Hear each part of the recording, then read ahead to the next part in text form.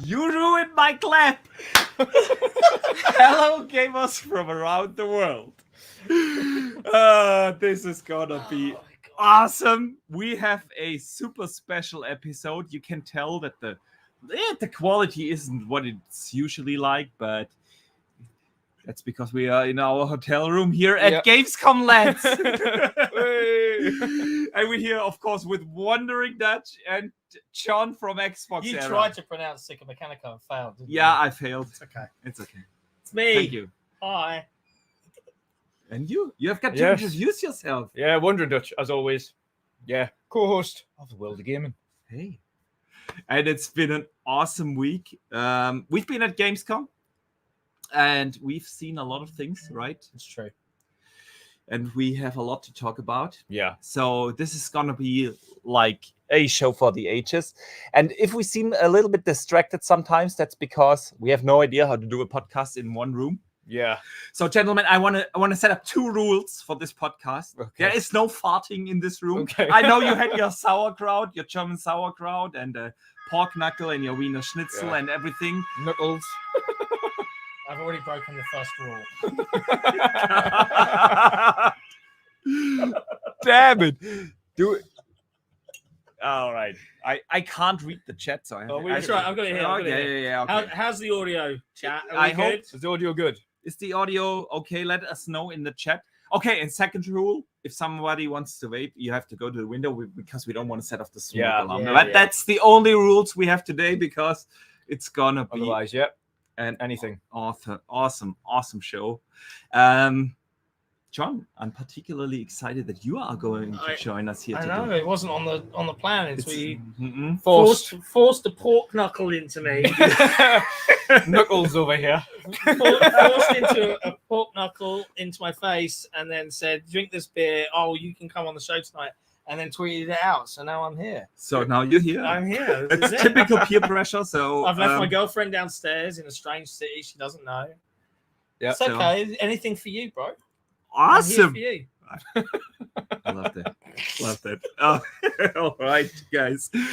So yeah, Gamescom. We are here in Cologne. We've been at the show the entire time. Yep.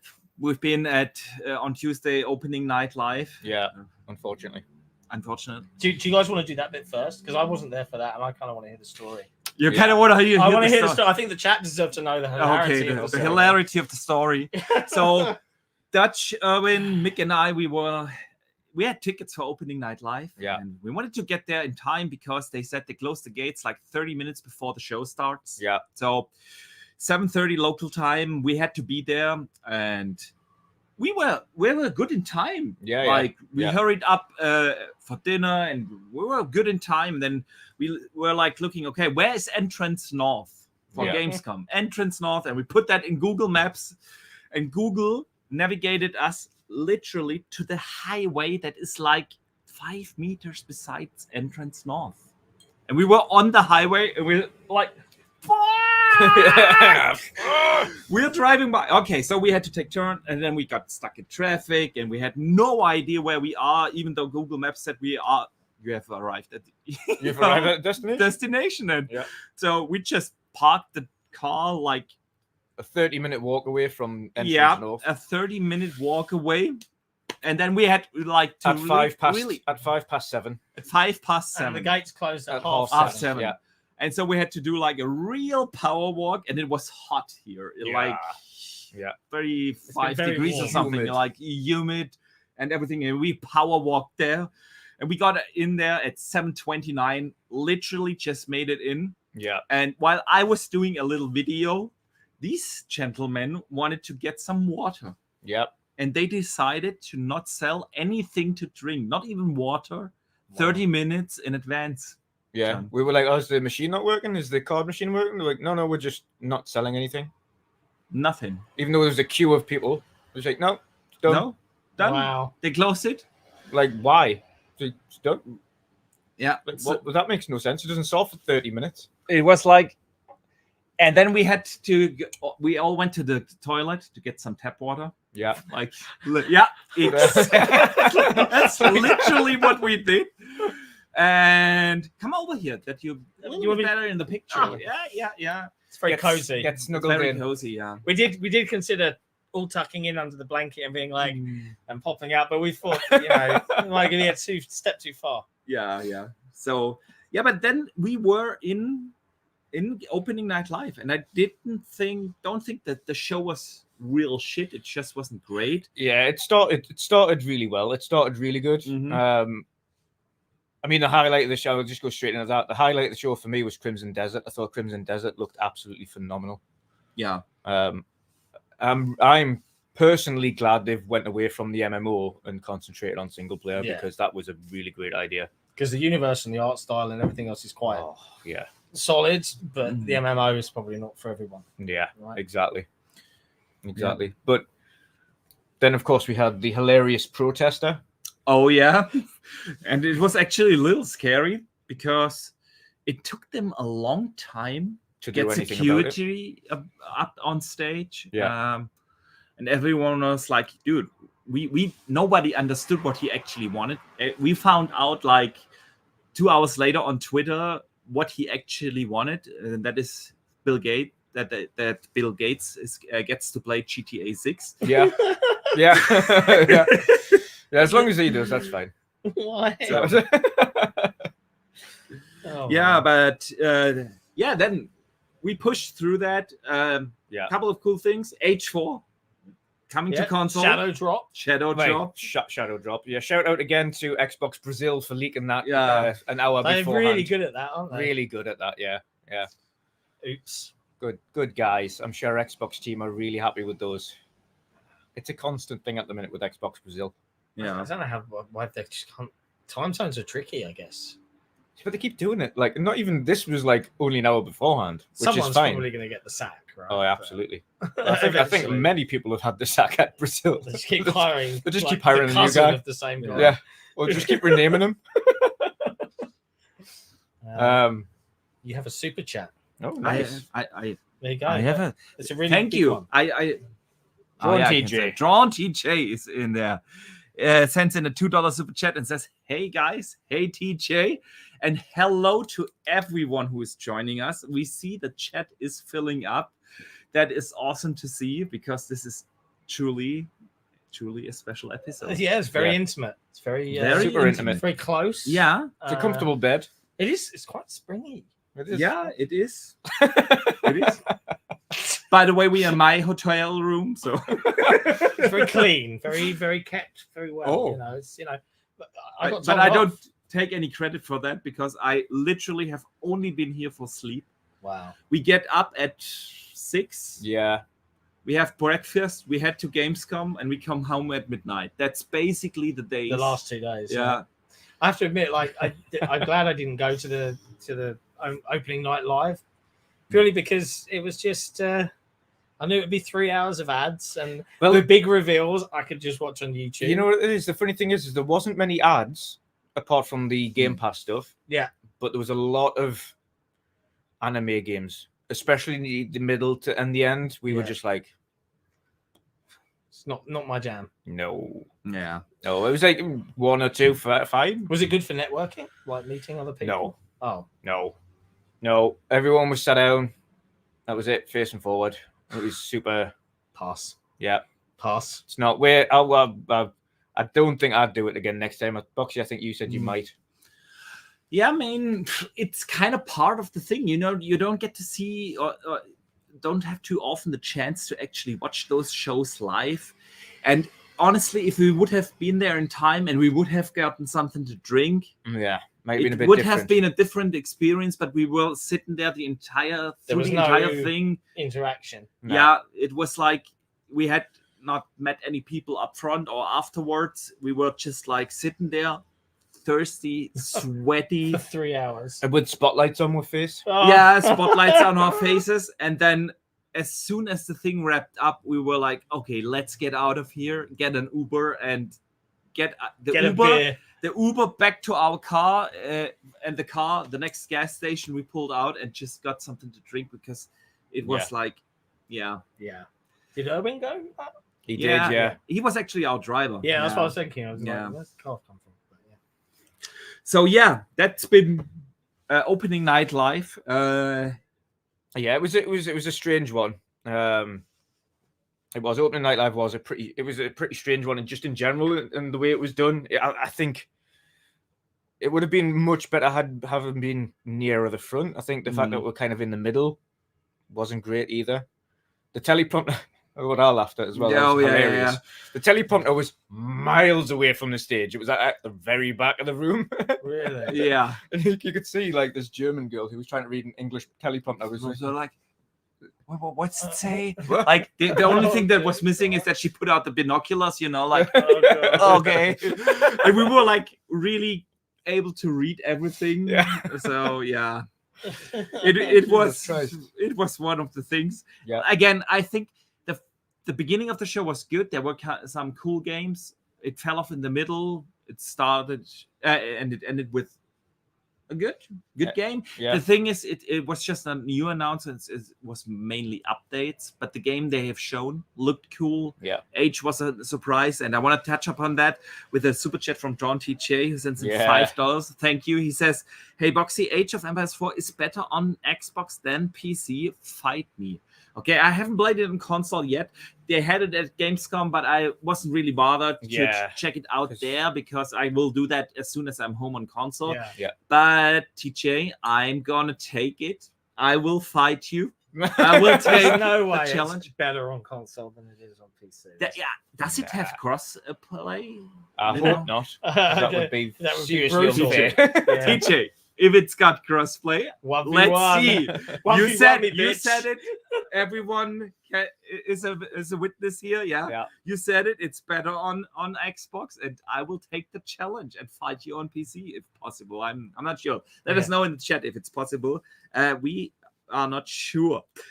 Then we had, like, before the show started, Lord Metroid actually became a channel member. So Thank you for that. And we have Fanto Sir sending a super member chat saying, "Welcome to the world of gaming OnlyFans stream." Yeah. Shit's about to get real. Oh yeah.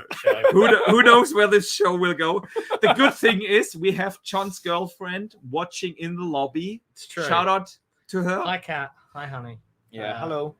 So if the door cracks open, she's been very patient this whole time. Oh yeah. She's been great, been man. PA support, all of that. She loved it though. Yeah, she's had a good time. So I think it's opened her eyes to the world of gaming. You see what I did there?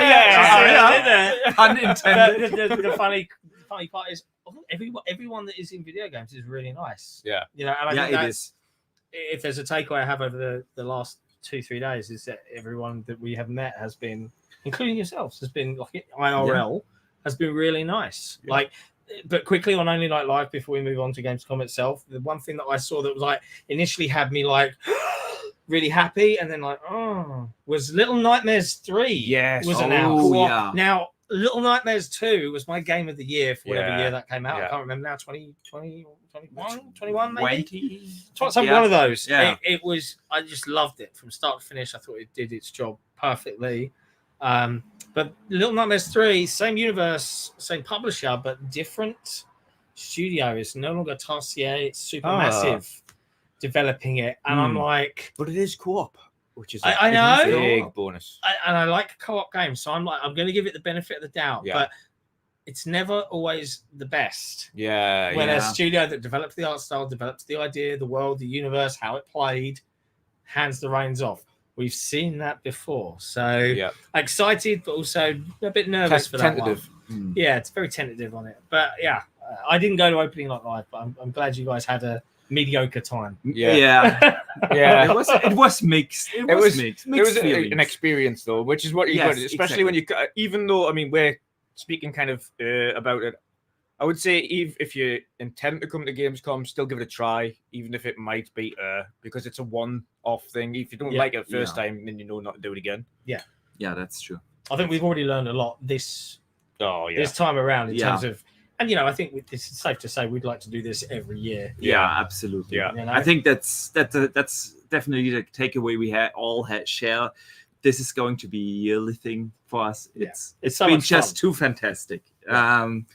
Yeah. So yeah, let me catch up on one super chat from Toronto J. He follows up with a $2 and says, because we need to play it, and we absolutely do. H4, it's on, dude. It is on. Yeah. To follow up on, we will record it and use it here. Yeah, you're gonna have the results as like a small, a short fight. Absolutely, 5-minute YouTube, like what happened. Yeah, exactly. Versus match. But go on, you were saying. Yeah, to follow up on the Little Nightmares thing, I'm super looking forward to the fact that it is co-op, because that, like, it's super creepy first of all, but I also love, I love the universe, but I like the kind of more co-op adventure games. A little bit like It Takes Two was phenomenal. One of the best co-op games of all time. Oh, absolutely. Hands down. Yeah. But this gives me more creepy vibe of an It Takes Two. I need to understand, and spoiler alert for those that haven't played Little Nightmares 2, it was one of the first games in recent memory that genuinely provokes an emotional, like, what? Like, I was up out of my chair in annoyance at that moment, you know, the moment I'm talking about, because they played that card so well that when I didn't get caught, I was so mad at the title character of the first game. Yeah. Mm-hmm. So, like, bringing that co-op side of catching each other and helping each other, great. But how's that story going to work? Yeah, that's what I'm curious about. It's intriguing because I need some resolution. Yeah. Six needs to pay for what she did. Yeah, it's only a game, John. Jeez, they had a gigantic booth at Gamescom, but it was not playable. No, it was just a little photo op. Yeah, it was, but it was a gigantic photo op. It was massive. It's such a cool world. Yeah. So let's use that as a segue into the actual Gamescom event. So yes, Tuesday was a press and media day. Press media creator. Yeah, press media creator day. So that's when usually there is less traffic. Usually. But I don't know what they did, and we have it on good authority that some of the booth holders are really not happy with the amount of people they let in during Creator Day, because that's press and Creator Day. People want to actually play the games. The whole idea is to not stand in line, to let media play games, see games, and cover them. Yeah. And we have heard it on very good authority from different booth authorities that they will file complaints there against Gamescom, because it was really crowded during media. It got very busy. But to kind of touch on that briefly as well, just to give people an understanding, by very busy we mean there was kids walking around, families, cosplayers. Like, they're not creating actual content, they're not recording footage, they're not writing articles. They aren't. It was frustrating. Yeah. Yeah, absolutely. So that day opened up with something really special for us. That was very cool for you. It was a really cool day. Yeah, for you. So, wait. Did you go in at the 9 a.m. one? Yeah. No. You do you. I do me. I do. Yeah. I was like, wait. Oh, no, like no. I know what you're talking about. Okay. So we got there, and guess who forgot his passport to identify the gentleman to my right. And so he had just to add to that, by the way, the hilarious thing about that is it wasn't required unless I wanted to drink alcohol. Yeah. Or play 18 plus games. Or play That's what the red wristband is. That's the red wristband. So no Starfield for you, dude. 12, 13, we are strict here in Germany. Yeah. That's like, you're on a different law here now. So yeah.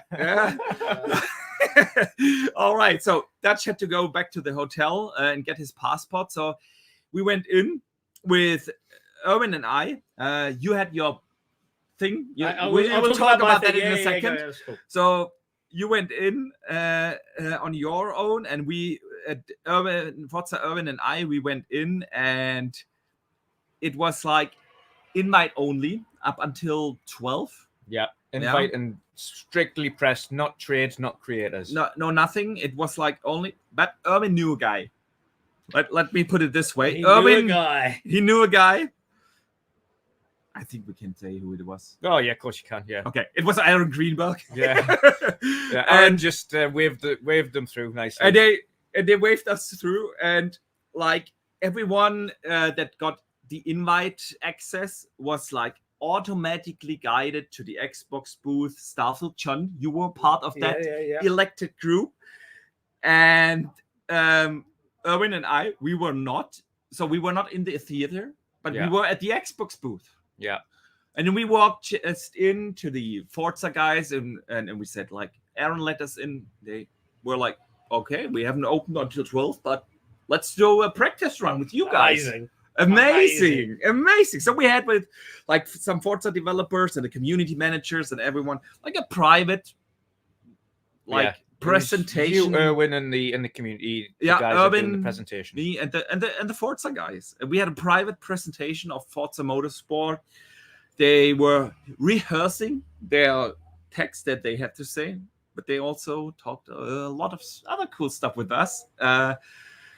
Erwin, of course, being a big racing guy, he's been in touch with them over the years, and that is really what was a really cool chat. And they showed the game, and it looked phenomenal. Yeah, it looked really impressive. I mean,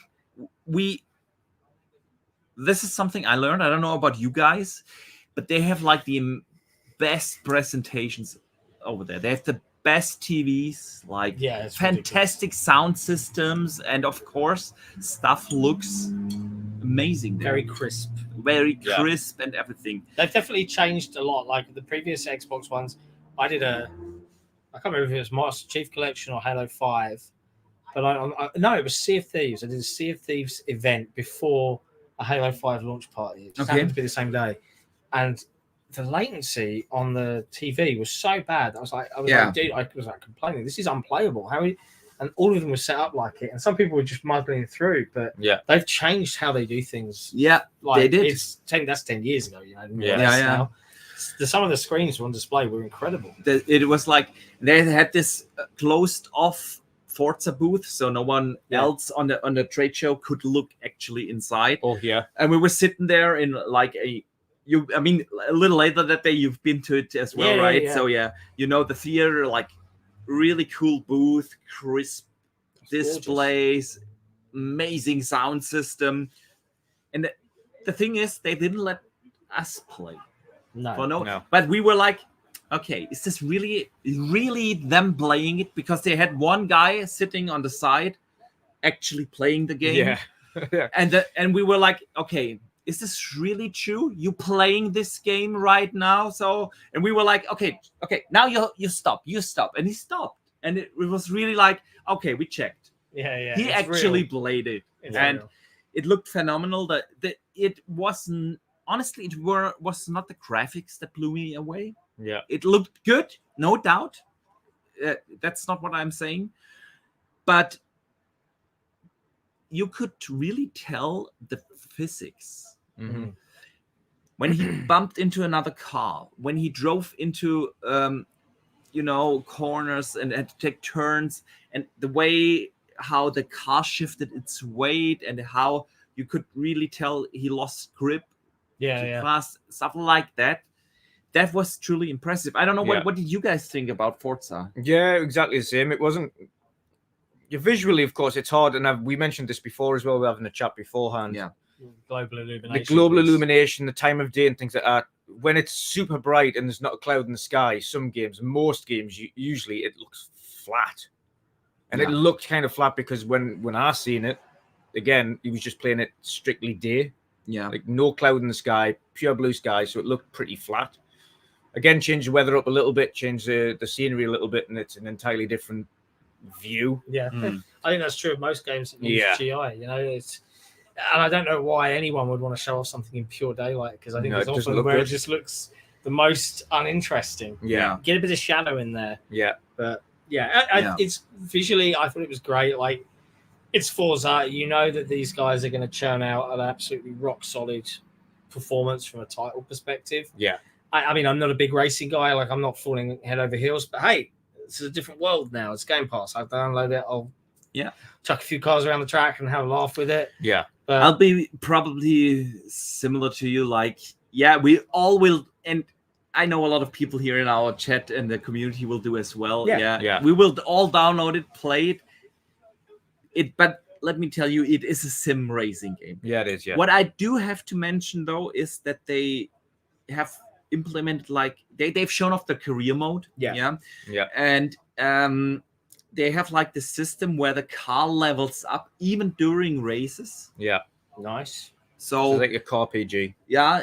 That the career mode really looked like a like a car PG, exactly. And RPG. Yeah. And it is something that could be really fun if it turns out to be like that there is a hook to it, you know. Yeah. Has anyone done that yet? A car PG? Yeah, I mean, Forza Horizon 5 was considered a car PG. A little bit, but not quite the same, because on Forza Motorsport you level the cars up specifically. Yeah. So it's the first time they've done that. I agree as well. The physics is really cool because the rumble strips, especially when you come into the corner, you can see, and of course, thankfully, because they had a good sound system in there, you kind of feel the rumble of it as well. So you can kind of feel the tires hitting across it. And they did stress, of course, the point they've changed the tire profile and everything up, and the interaction points on the road significantly. And you could tell it because he was losing grip quite a significant amount when he was trying to go around the corner too fast and things like that. So it looked impressive. Again, unlike Starfield, which was understandable why they didn't have it there, because you can't really play that game in a 15-minute slice. You can't. Impossible. And even the games that they had there that were like 30 minutes, it was causing hours and hours of queues, even on trade day. Starfield is just not a game you can play. And my morning was very different to you guys, right? Yeah. So hang on, you will tell that in a second. I need to catch up on one super chat. Please, go. I missed because before we move to all the different topics, Toronto J sends another $5 and says, I don't care if I win or lose, it will be fun playing against you. That's what it's all about. That's what it is all about. Love you, TJ. It makes me want to hug you guys in the bed, but then I'm like, come on, we threw puck here. TJ, this goes out to you. So, before we move on to the other games, John, tell us about your first day. This was... I guess Xbox Series first time as official press, so that we went there as a press publication. I'm sure from fans that enjoyed our recent Armored Core 6 review are loving that we have that actual definition. I actually played Armored Core 6. I know, you enjoyed it. Jesse didn't, but the From fans were a bit upset about that. But yeah, we went there as press, so the Microsoft team invited us to a really cool Starfield presentation first thing in the morning. So met Todd Howard. We had Phil and Todd there giving us a preview. It wasn't so special for me. Like for anyone in the room that had never played Starfield before, I have a copy at home that I'm looking forward to getting back to. But they gave us a kind of truncated, edited down opening of the game, right? So you kind of got a real good glimpse. And it was all a massive screen.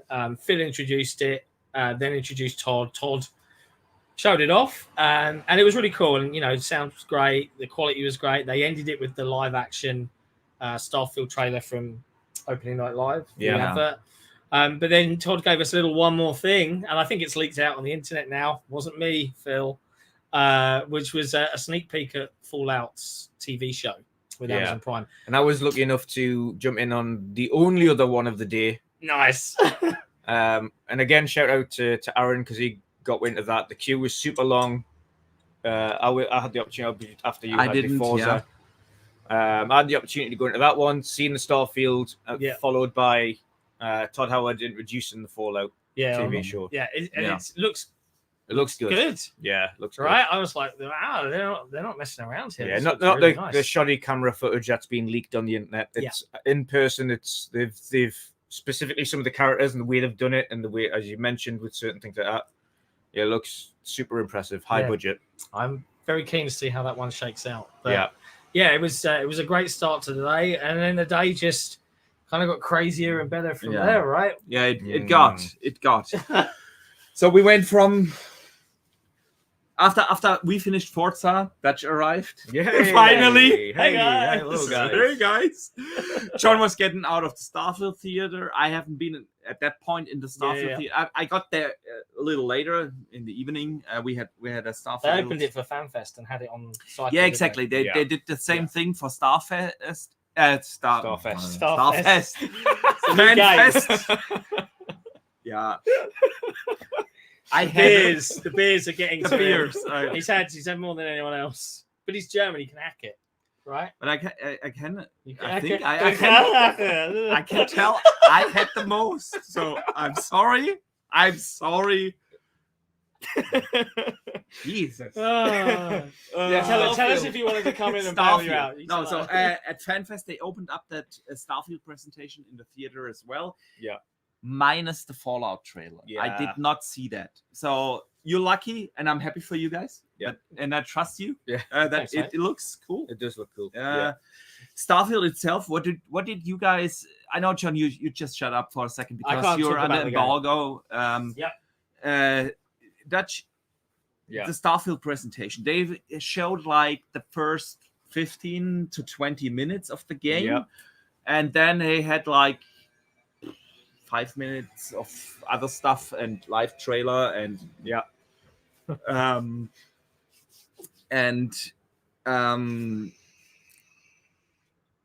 I don't know about you, but there was just something in that theater. It was at the very end of this gigantic booth. It was completely sealed off from to the outside.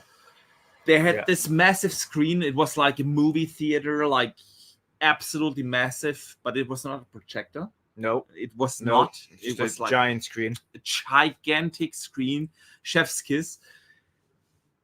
An incredible sound system. Actually, fun fact. Because people like to hate on IGN. And IGN was literally with their studio right next to the Xbox booth. And we have it on authority that they complained that the Starfield theater is too loud because every time a new presentation started at the Starfield theater, the crowd was going,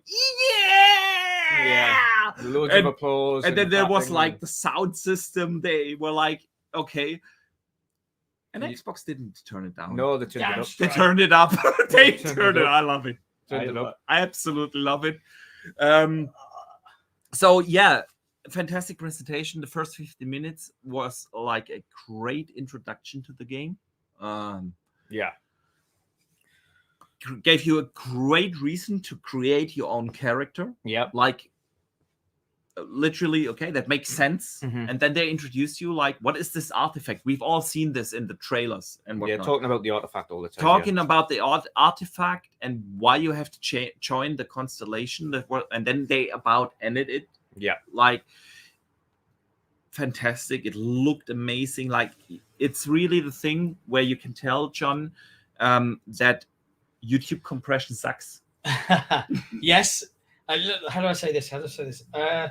Judging from only the footage shown in that initial theater experience, the texture work on that particular experience only is incredibly good. Did that work? Yeah, it worked. It was very convincing. If I would not have seen it, I would believe you. So no, Starfield showed really well, and the thing is, the hype around this game throughout not just the Xbox booth, but Starfield was everywhere. Samsung, they had a massive booth, like showing off new TVs and shit, and they announced at Gamescom that they will also have the xCloud app backward compatible to the 2020 models, TVs and forward. Nice. And they had like Starfield at their booth. Starfield was everywhere, and everyone was talking about it. And it is, guys, really, and I mean it. The cheering from the Starfield theater, you were on the other side of the hall and you knew, oh, a new Starfield presentation just started. It ended. or ended. Yeah. Massive cheer. The massive cheer. Yeah. So quick shout out. Yeah, we've got another super chat there. We've got two actually. Have we? Yeah, we've got two. I just seen in the chat before you do the super chat. It's not a super chat, but someone said, I feel so bad. I saw 45 minutes of stuff. If any of you watched that portrait filmed on a phone by someone high as a motherfucker. Yeah, leaked Starfield gameplay. Shame on you. Yeah. You know you're a bad person. Yeah. That's it. That's all I have to say. Yeah. Yeah. One more week. One more week. They actually really wanted to not make this public. Yeah. They keep stressing that this isn't for public. This isn't for public. This is private. Yeah, this is literally just for this. Do not record. Yeah. So yeah. I'll jump in. I mean, we'll get the super chat, then I'll jump in with my impressions there. The shout out to Stuffed Sean in the chat there. We'll tell you actually, because we'll give you a good little kind of understanding here. So he said, I've been banging on about Gamescom all week, so my missus said, start saving now, you moaner. Was it expensive all in to enjoy the full 3-4 days? And for us, of course, we're missing the weekend, and to be honest, if you've got any form of media connections and you can get in media days, do that. Yeah. Public day is absolutely not worth it. It is not worth it at all. You will not get to see anything. That's true. Yeah. That's I would not like, today was like a public day, but it's not even the craziest public day. Yeah. And it's just insanity. It's just, there's too many people, and it's hot, it's very hot, it's very noisy. Yeah. I compare it to yesterday, and I was like, yesterday was like a long day, but I got around to everything I wanted to get around to. Yeah. Really. Yeah. We got to play games yesterday. Yeah. Today we did not much a single. We went to you might have seen on Boxy's Twitter. If you haven't, we went to Black Myth Wukong as soon as the gates opened today on public day to try and catch that, because it was 130 minutes on trade day. And we were like, we don't have the time because we've got things to do. So we went today, first thing as it opened, it was 300 minutes. That's a 5-hour queue. Mental. First thing this morning. So, and that's on a public day. So, and that's not even the weekend. And it only got longer. Yeah. It only got longer. That wasn't even the weekend. So it got ridiculous. But all in, we were, so for our hotel room for 2 people was €800 or 814. Again, you can get cheaper ones, but book early because it gets much more expensive as time goes on. Yeah.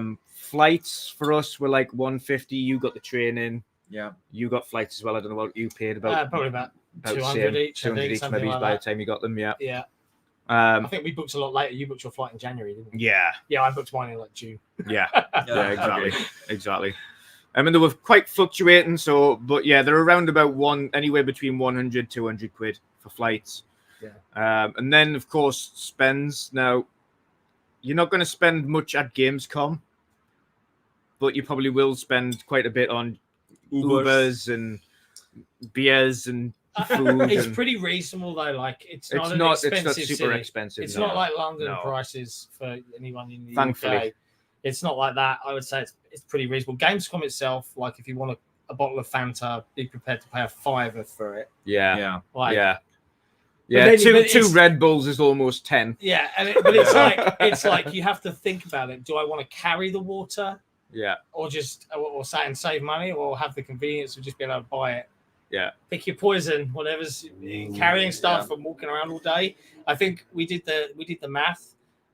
We walked something like 15 kilometers yesterday. Yeah. 15 kilometers within Gamescom. It is massive. Oh yeah. Like super big. Absolutely enormous. Like it's almost incomprehensibly large. Yes. Yeah, it's about. I mean, all in. I would say probably around about the. Yeah, we've got. Yeah, we got disco ambulance over here.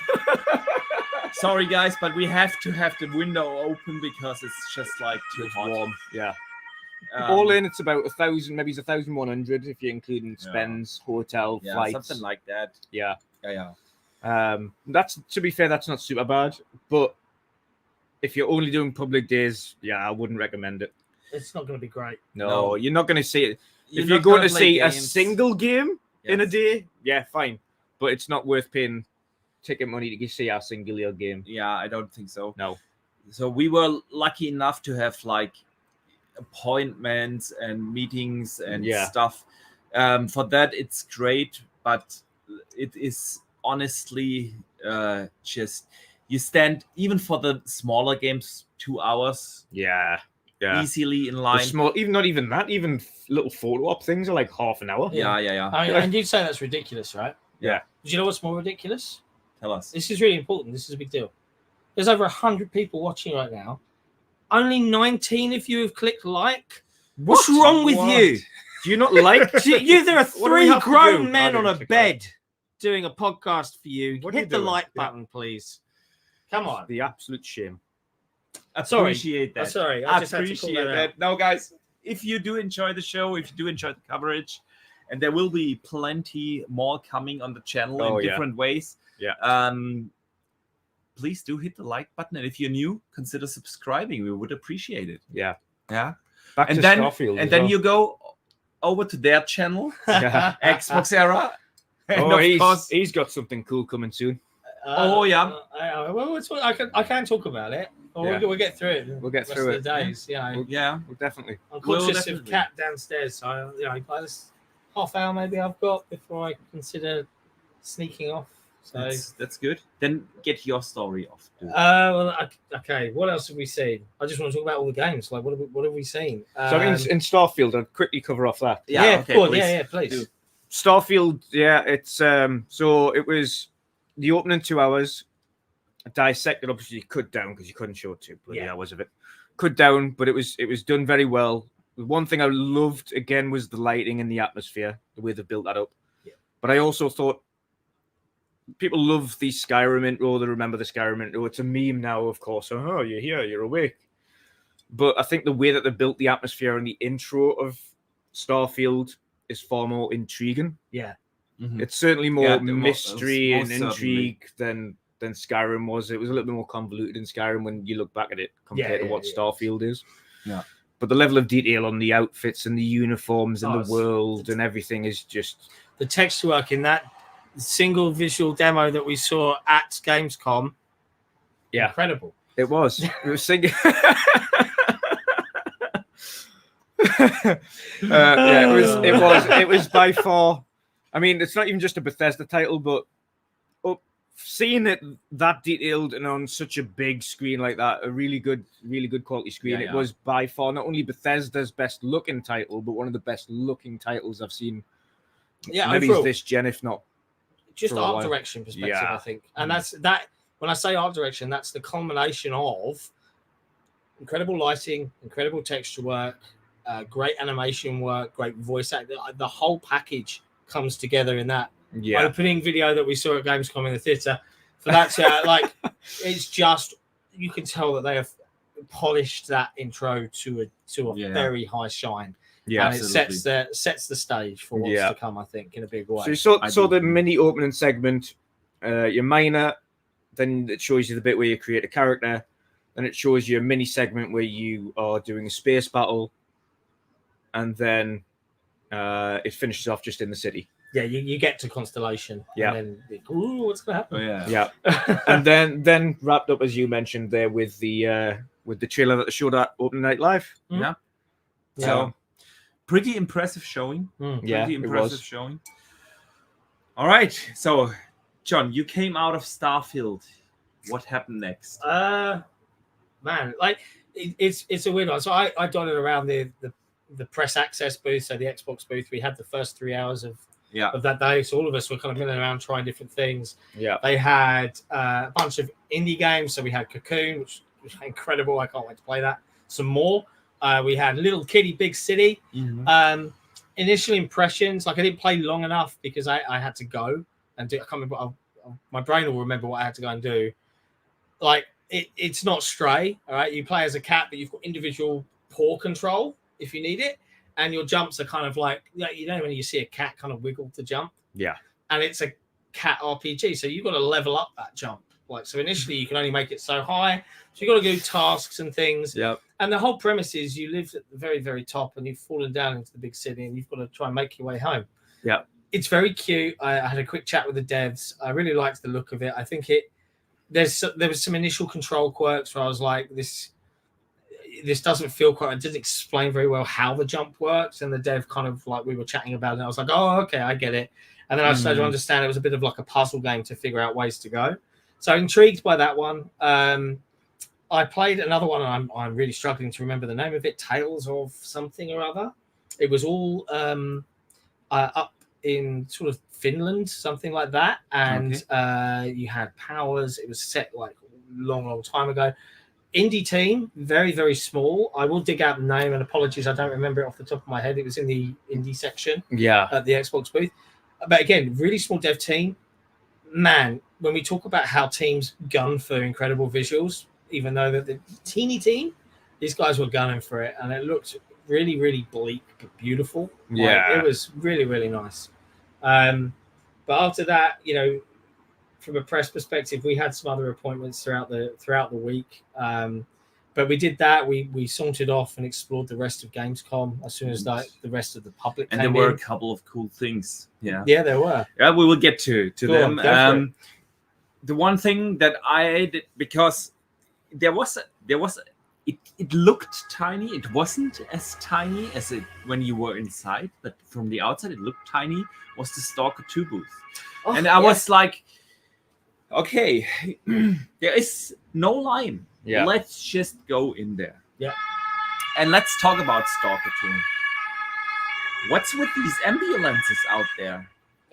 Cat's probably hired a scooter and all gas is out there in that city right now.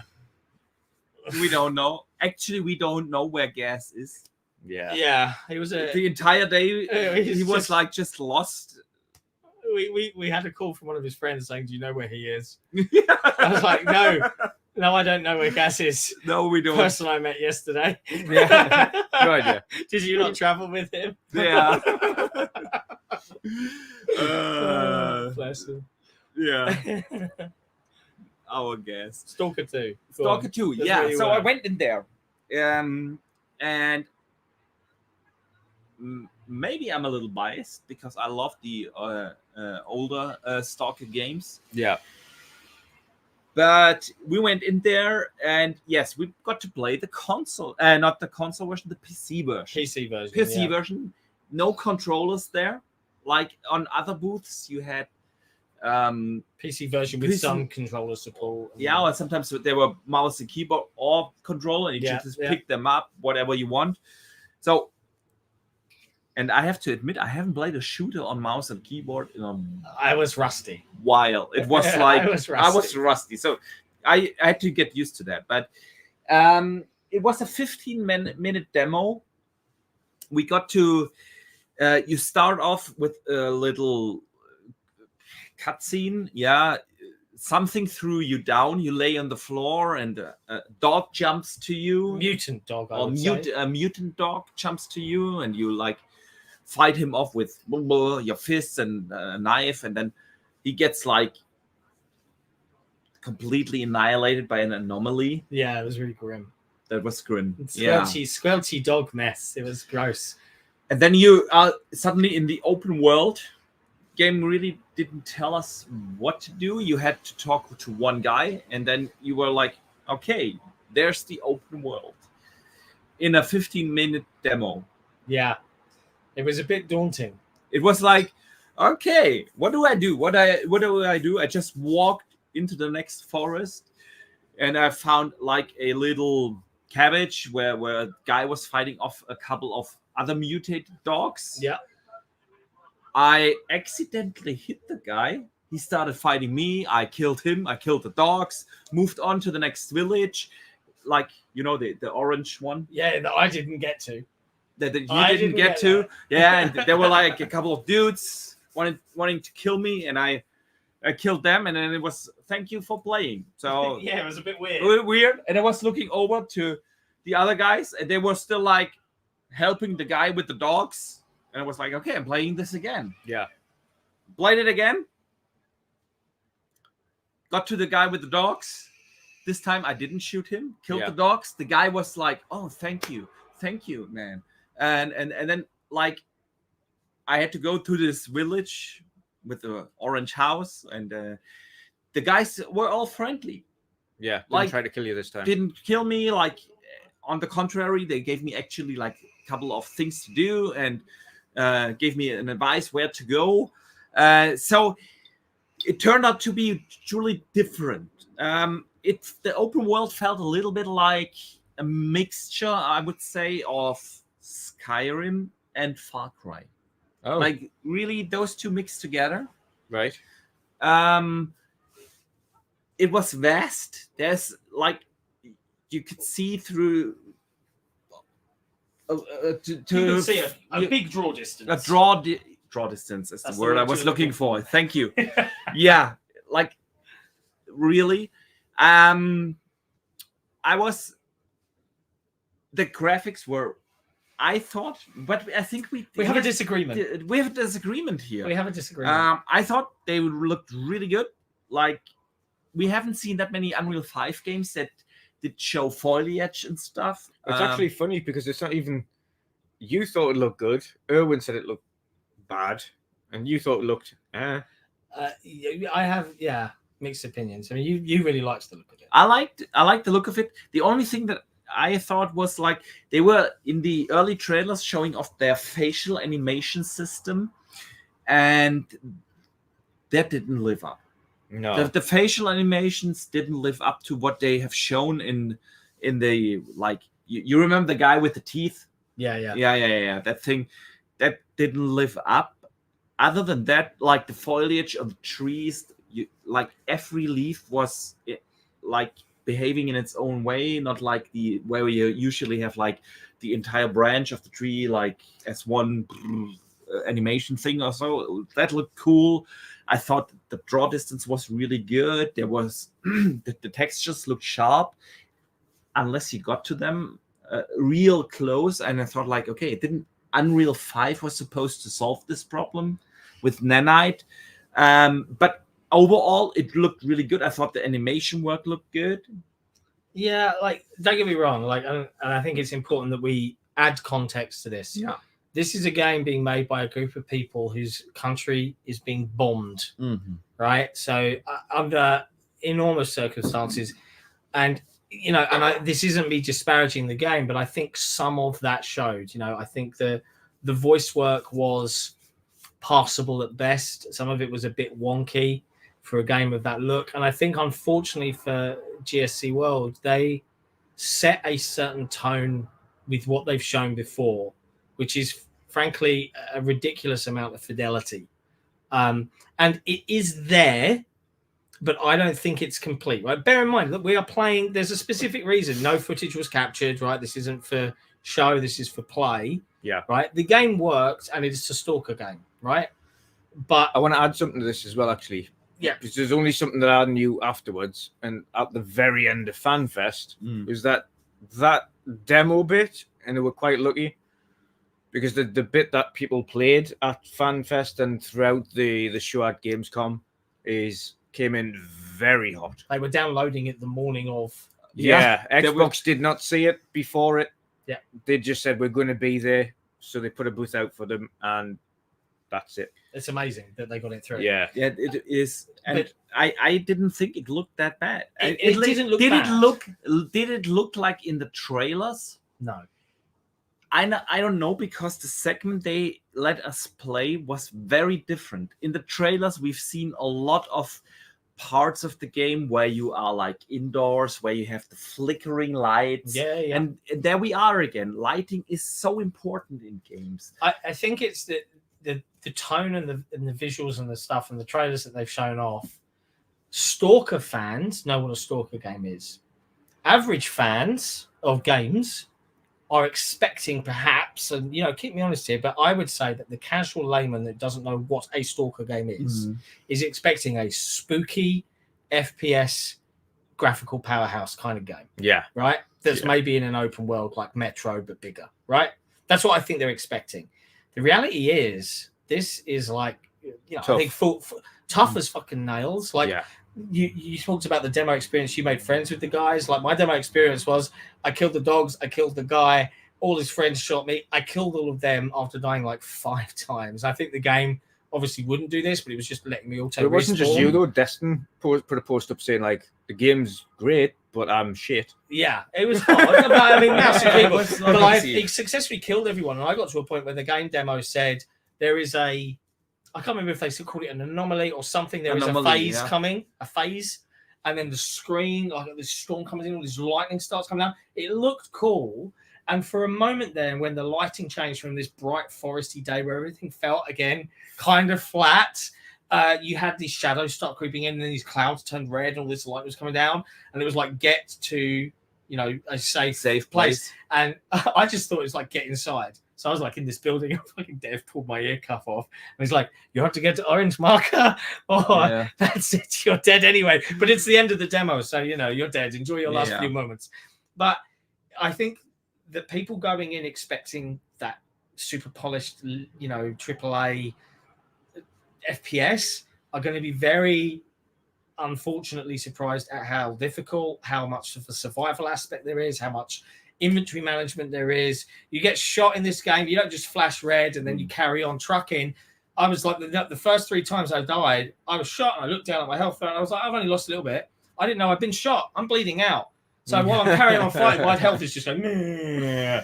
So there's a lot more to this game, and I've got to give the guys kudos for developing it in the situation there is. Like, I'm not writing it off in any way, shape, or form. I think all of the detail and everything that they've shown is there. Yeah. I think this is in dev. This is still in fluctuation. Now, we've heard that they've stated a go live, a release date of early Q1 of 24. Very bold, but we'll see. We'll see. I honestly, I do have to disagree. I don't think it has any survival mechanics. It's not a survival game. It's an RPG. Yeah. You have inventory, yes. But it's not like in DayZ. DayZ is a survival game, and that's completely different here. You have like loot. You have the RPG mechanics where we were seeing like in the demo there was a skill tree, but you were not able to like put anything in there. The dev told me that I shouldn't really rely on this like inventory and skill tree system because this is subject to change. They have multiple versions right now and they haven't decided which one to go with. Wow. In the final game. Oh yeah, our new beer is here. Well, fantastic. Soon. You ordered beer? Your lovely girlfriend is bringing us beers, dude. Oh, no, she's awesome. She's fantastic. Wow. She's I didn't even know that. She's saying like, "Hey, shall I order an Uber?" Oh, and Jez has just messaged me and said, "Hey, should we grab dinner tomorrow?" Yeah. You do that? No. So the game is an RPG. It is an open world game. It has a certain atmosphere to it, and I do agree it isn't an easy game. No. There's a lot of things you have to do, like you walk through the area and suddenly certain anomalies pop up, and you have to take care of those, with the bolts. Basically you have to throw a bolt into the anomaly run like hell. And then run like hell because it explodes like a grenade. It is not an easy game. You could tell already there are multiple markers for like side quests or interesting sites to discover. Yeah. Very similar. The navigation is really similar to what you have in Skyrim. You don't have a minimap. Yeah. You have like this compass on the very top of the screen. And so, I really enjoyed it. I truly did. I thought it looked great. It didn't look like the next Unreal game. No. But especially with the facial animations, that's really my one thing. But I'm honestly excited for it, and I cannot wait to find out what it actually is, how the story is, because I feel this will also like really depend on its story. Yeah. They said there are multiple endings to the game. Yeah, as you could expect, I didn't get the info. I don't know if any of you have talked to the devs about it. How many endings? Didn't get a chance. I mean, and I know I'm going to be departing soon because I think when she's bringing the beers, she's stealing me back, which I don't mind because I'm exhausted. So like, just to kind of cover things off very briefly before I disappear. I'll let you guys talk about Towerborn. I've saved myself for Towerborn. I was meant to have a developer chat and a play down with it today, but there was a bit of a snafu with my friends at Xbox PR. So it's all been shifted around tomorrow. But I got to the one difference, I think, big difference between my day and you guys' day was I got shuffled on a bus to go and see a very long presentation for Alan Wake 2. Yes, you did. Oh, yes. So just before I escape, I'll fill folks in on that. I'm going to write a preview on it. I have all of the B-roll, so I'm going to try and edit together a video from here during the day or maybe a little bit this evening, depending if I fall asleep or not. But yeah, it was really cool. Remedy offered us to go out there. Got to meet Sam Lake, which was, you've seen him Max Payne's face, in the original Max Payne games. It's like, there he is. Tried not to fangirl too much, like unlike many of the other media /trades / they were on that bus. But they ushered in. They hired a private cinema outside of the Colin S, where Gamescom is actually held. And we got an hour of Alan Wake 2. And this focused on Alan Wake's himself. So, you've seen the gameplay with the female FBI agent. This was about Alan Wake, and it was about the dark place. I gotta say, probably one of the best looking things I've seen. Now, this was running on PC with all of the path tracing, lighting turned up to the max. Absolutely nuts. Absolutely incredible. So very, very impressive. I'll get that. And then following that, we got to ask a few questions. It was a good hour of gameplay. And it looks really cool. So keep an eye on xboxzero.com and the YouTube channel for a video for that. Oh, absolutely. Oh my goodness! Look at this. I don't think that Cat is intending to go home. She brought you a beer. Cheers. No, I didn't bring you a beer. It's not me a beer. That's you a beer. This is going to get worse. Me beer. Yeah. I'm collecting John and swapping him for beer. This is like the craziest that's a fair trade ever. You're live on YouTube on Voice. Oh no! So that's Alan Wake 2. Keep an eye on the site for that. But for now, I'm not going to see you guys tomorrow. Like, we're going to have a tier 4 goodbye right now. Do we want to close the vlog? When are you going to Gamescom tomorrow? Very early. Well, not early. I'm going to be there for 10 a.m. for Party Animals. Oh, yeah. And Towerborn. And then Flashback 2. Little preview. And then, and this is a big one, I might be going to visit my friends at Certain Affinity to have a look at their very secret, I'm not actually allowed to talk about it, project. I'm allowed to talk about that. I'm going to talk about their absolutely secret project, but I'm not allowed to tell you what that project is. In any detail. I haven't seen it yet, so technically, but that's what I'm going to go do. And then I'm going to tease everybody on the Xbox Zero podcast on Saturday, which will be broadcast from here. I'll be here in Germany. So, awesome. I'm going to go, to wrap it up, John. Overall impressions of Gamescom then? As always, the Xbox community is the best community in the world. Like, meeting everybody in real life after interacting with them for years, over the internet, over Twitter, but seeing the people, every single Xbox exec that we got to chat to yesterday and today, absolutely classy people that actually give a shit, actually want to know what you think, care about your feedback. It was awesome. And also got to give Phil a book, which was cool. But I'll talk about it on the show on Saturday, but for now, Boston Burger. Right. It's good to meet you in It's IRL. Absolute pleasure. Let's look at the hugs. This is the love in this room. It is. Can you pass me my vape so I don't have to clamber all over the bed? Yeah. This is the craziest live podcast. We'll try to meet up somehow tomorrow morning. Well, our hotel is 15 minutes that way. We will make it work. I don't want to say goodbye like this. I appreciate it. If you guys want to come grab a coffee or bring the big coffees and save me from hotel coffee, we'll manage. We'll figure something out. We'll sort it. It's all right. All right. Goodbye, World of Gaming. Goodbye. Thank you, John. Bring it in. Thank you, Kat. See you in the AM. Enjoy the rest of the show. I'll tune in when I get back. Yeah, Awesome. We'll do that. Bye, YouTube chat. I see you tomorrow. See you later, Knuckles. Yeah. Right. Mick, we want to join us? Yeah, why not? Sit down. Thank you very much. Sit down. Take John's spot. Let's use this as a brief way to catch up on the super chats. Yes. Let's do that. I tried to Before give I introduce you, Yeah. hang on 1 second, big guy. You get the super chats. I'm going for a bit. So, all right. Rain G4 sends in a $5 super chat and says, "Can you guys explain the cloud and Ubisoft deal? Something PS5 gamers get to play new Xbox games through the cloud." All right. No. Brief switch. This is super easy. Basically, Ubisoft owns the licenses for xCloud streaming of ABK games.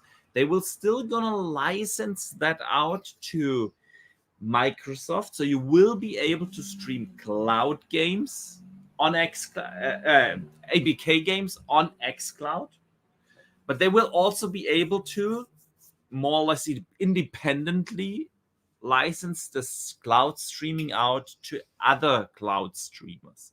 So no, PlayStation 5 gamers won't be able to play Xbox games, but if Sony buys the streaming license for a Call of Duty or a Blizzard game from Ubisoft, PlayStation 5 gamers might be able to stream it from the their PlayStation cloud thing.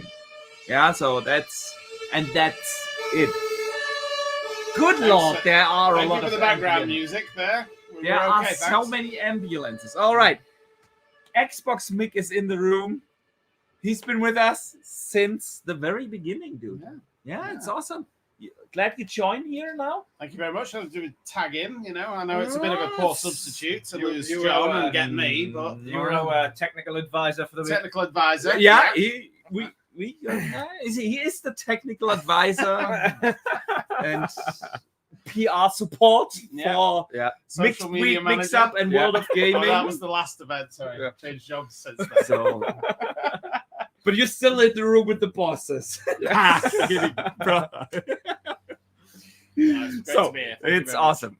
Glad you're here, man. So yeah, we were just finishing up Stalker 2. Yeah. Guys, if you have any questions on the game, let us know in the chat. We are gladly going to answer them. Yeah. Let me tell you to wrap this up. It is a massive open world game. It is a massive open world RPG. They let us play 15 minutes of it. Yeah. It's gonna be 100-hour plus game. Yeah. So yeah, if the small piece that we got to play is any indication for what this game is going to be like, I'm genuinely excited for it. Yeah. So I'm not gonna sit here and say like this is going to be the next best game. Yeah. Can't judge that from the 15 minutes with such a massive game. Yeah. I have no idea how the story is. I can tell the shooting feels good. Yeah. There's definitely an open world where what you do, and I Matters. don't just mean like the things that you get choice in a dialogue, like choose option A or B. But literally, if you accidentally shoot someone, it will change how things turn out. This was obvious. So yeah, that is definitely a thing in the game. Yeah. It is an RPG. You will have loot. You will have like a certain skill tree. If it's gonna be a tree or not, I can't say because the developers haven't decided yet. Yeah. But there is leveling up your character and stuff. So yeah, it's an open world, and I thoroughly enjoyed what I played. Yeah. I mean, it's a bit like we were downstairs watching, and it's a bit like John said. That country's going through a lot right now. Yeah. It's going to be hard to sort of sit there and really critique it too much when like we're sat in a you know, well, one of the for me things, and Dutch, a foreign country. I know, you know, you're not from too far away, but you're in the same country. Just us being outside of our country, and not having any problems like they're having is difficult. So being in a country like that with a war that's going on, it must be so difficult for them to manage everything. Yeah, but like you said before, you still have to critique it. You've got to critique it in some respects. I think one of the things you've got to be realistic. Yeah, one of the things that I think that they probably have to be a little bit slightly lenient on is maybe the voice acting. And we've heard a few things in the voice acting where it's a bit flat, a little bit like it's reading from a script. And I think on that really, but I think personally that could very well boil down to just what's really boiling over right now for the developers and those that are involved in it. It must be quite hard for them to get. Honestly, I can't. Honestly, I can't remember really. Was it that flat? Because there was one thing that stood out to me with the voice acting is the main protagonist sounded like V from Cyberpunk. Yeah. I could have sworn this is the same guy. I can see that. I have honestly, and because I was like every time he talked and he didn't talk too much, I was like really like skipping through the dialogue because I knew I only had like 15 minutes, you know. So I was like just reading the stuff in the subtitles and bam, I want to play as much as I can.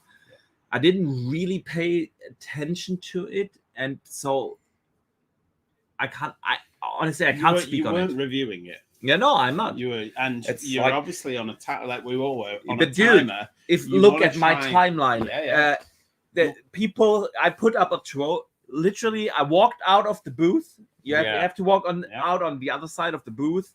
When you finish the demo, I got out there, and since I was lucky enough to be there in the morning, there was literally no one. No, there was no one except Destin from IGN. Yeah.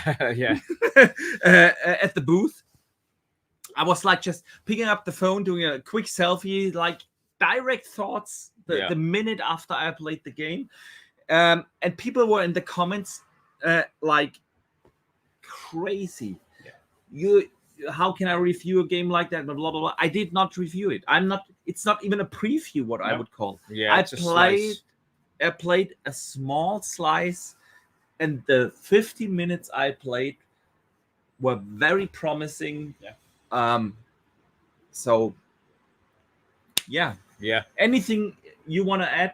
Not to Stalker. Not to Stalker, but we have to share a lot of other stuff, guys. We're already like more than an hour in the podcast, and we are still in the first day in the morning. Yeah. So, gentlemen, let's move on then. Yeah. You both have joined us after that. You obviously had chances to catch up on the Forza's presentations and stuff. To just briefly pick up one question in the chat, we have not played Forza. No, it was not playable. That was a demonstration. However, we kind of said this earlier on. It was played live.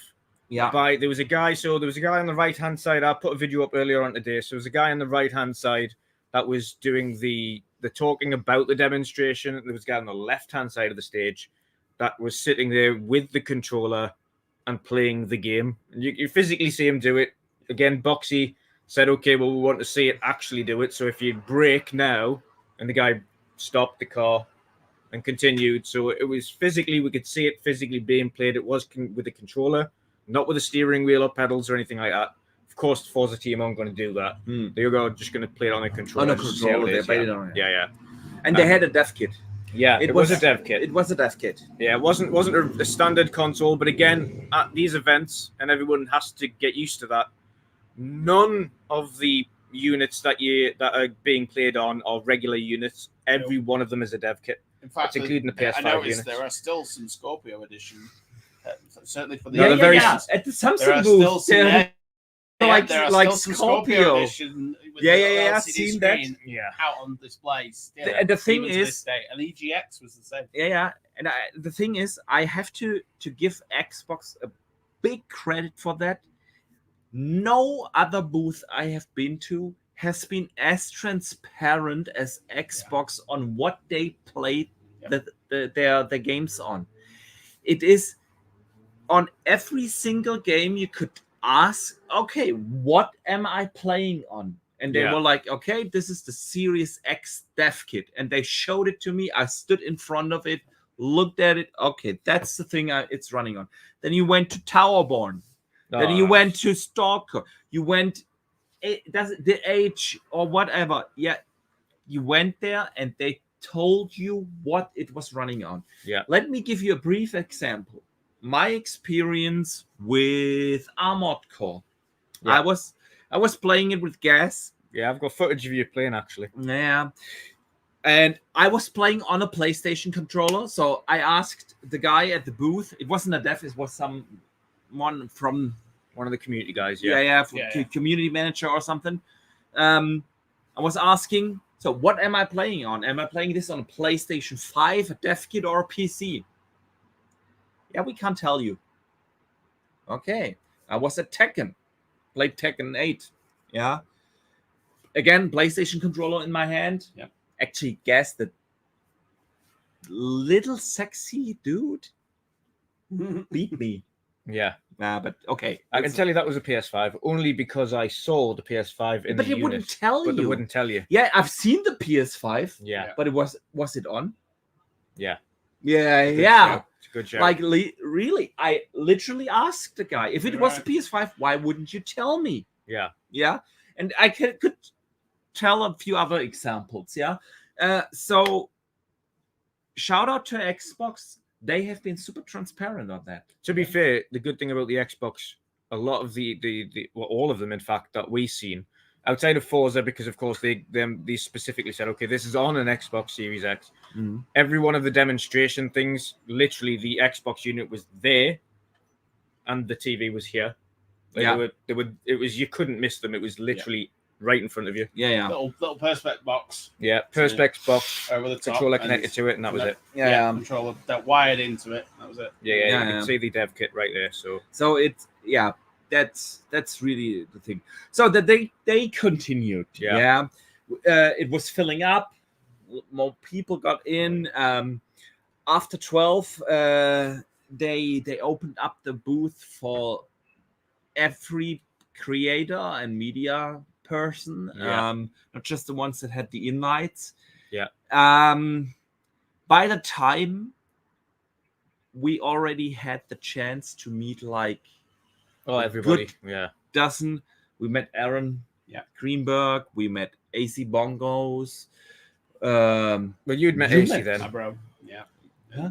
Yeah. I'd known AC for quite a long time. Oh yeah. You met him before. We used to game together. You met Todd Howard. I did meet Todd Howard. You did meet Todd Howard. I was very lucky with that one. We met a lot of Bethesda people. Made new Melina Jurgens. Melina. Yeah. Let's talk about that real quick. I got a cheeky kiss. From Melina. That was quite. There you were winding up your son. We all took pictures. And it is like it is a funny story. We were like, Melina wasn't officially there. Yeah, she just happened. Yet she was officially there. Yeah. But at the time we met her for the first time, we were like, okay, we're just walking by, and hey, that's Melina. And then we all were like, Gaz was there. Everyone was there. We were like the entire gang. And we were like, hey, Melina, and blah, blah, blah. And then let's take a picture. And she is super friendly. Like, really, she's such a humble person. Yeah. Really, I was like she was like, you could tell she wasn't used to being recognized and people wanted to take pictures with her. It was so like a genuine, honest, friendly person. And then we took pictures, and yours truly was the first one, and she was like, putting her arm like this, and I was like, what do I do? Do I hug her back? And it was like I was doing like this, like didn't put the hand on the shoulder, like hovering just here. And you guys took the picture, and then she was like, no, really, yeah. And I was like, okay, I can hug her, and no one took a picture. Now it's like I had to post a weird picture. Yeah. Yeah. Did I not take a picture? You did take the weird picture, but not the good picture. So okay. I wasn't there. I was off to the side. Yeah, we were standing on the side. Yeah. Then we took a group picture. So, what did you think of Melina? We had the chance to meet her in the many evening. times, actually. Actually, in the evening, we had a long chat with her. Yeah, then again today, and then again today, several times. I mean, with her mother. Yeah, so cool. I even walked out of the actual event at the end of the night with her, talking to her. Yeah, so it was quite. Yeah, I should know. Yeah, we were. That was the end of the. It was like that night. The end of the night. It was like 11:30 yesterday. We were like up for 18 hours at Gamescom, and we were like, literally everything was closed. Fanfest was done, and we were standing there chatting with Melina. Then Aaron Greenberg joined us, and we were standing in a group like us. Gas was there, Urban was there. Yeah. John obviously was there, and we were chatting with Melina. Aaron Greenberg joined us. We were standing there, and then literally the security came. We're forcing everybody out. Yeah, everybody out, including Aaron. So they were like, "Aaron, you have to go now. Yeah, get out." And so we walked out. And yeah, but Melina, what do you guys think? I'll let you talk. I did too much talking here. Obviously, I shout out to Ninja Theory because at first they didn't recognize. Yeah. At first they didn't. So the first thing Melina did was pull on the braid. So you need face paint. Clink, clink, clink. You need face paint. That's cool. And then afterwards, of course, they reposted the tweet with me and Melina. And then later on in Fanfest, they were like, "Come here." It's like, we know who you are now. Yeah. We know who you are. It's like, why we don't know why we didn't recognize you straight away. Yeah. So then we got chatting about that, which was really cool. So shout out to them. Great to eventually meet them. Of course, the custom console are made, so I'm going to hit them up and do something with them as well about that. But that's super cool. But Melina is super down to earth. Cheers. I did get a chance to speak to them a little bit about Hellblade and how it's going. And tell our community. I don't think she gave anything away. No, except the one thing, but keep that to yourself. But she talked about the combat. Yeah, with you. Yeah. Tell everyone. Yeah, combat is so the work that they've done on the combat is done now. But it is super tight. They've done a lot of work on that. Super happy with how it's turned out, but it's definitely much more refined than what it has been in the previous one. So I think people are going to be super happy about it. But the team there are super confident. I did try to sneakily ask, because me and Boxenberger have still got a bet on as to which one comes first, Avowed or Hellblade. And they were like, okay, how confident are you that it's going to come out sooner rather than later? And he was like, a little smirk on his face. So I think they're pretty confident that game is close. I could be wrong. And I might end up owing you beers again. Hellblade could come before Avowed, which I'm surprised about, but they look pretty confident. I'd get in on that back. They looked really confident about the game. Yeah. She also talked a little bit about how the training was. I mean, that's no secret.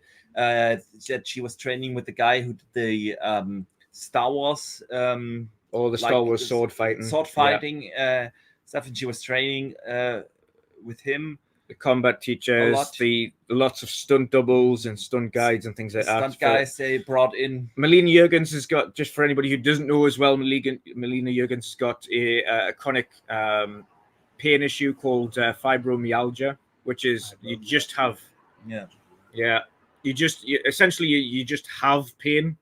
Unfortunately, it's not something that it can be managed, but it's not something that can go. but she deals with that, and of course, but she does all of the combat stuff herself. Naturally, she can't do all of some of the heavy stuff that requires that to be kind of thrown around and smashed about and things like that. So that's what the stunt doubles are there for. But in terms of both of them, the Ninja Theory team are super cool, really kind guys, kind of asking about the show, our favorite things about it, what we liked about it the most. And then, of course, just having a chat, having a general chat. Like, and again, same, and we have to shout out to everybody at Xbox. And this is the one thing I think people think, and again, they always joke on about it being in pocket and things like that, but they don't see it.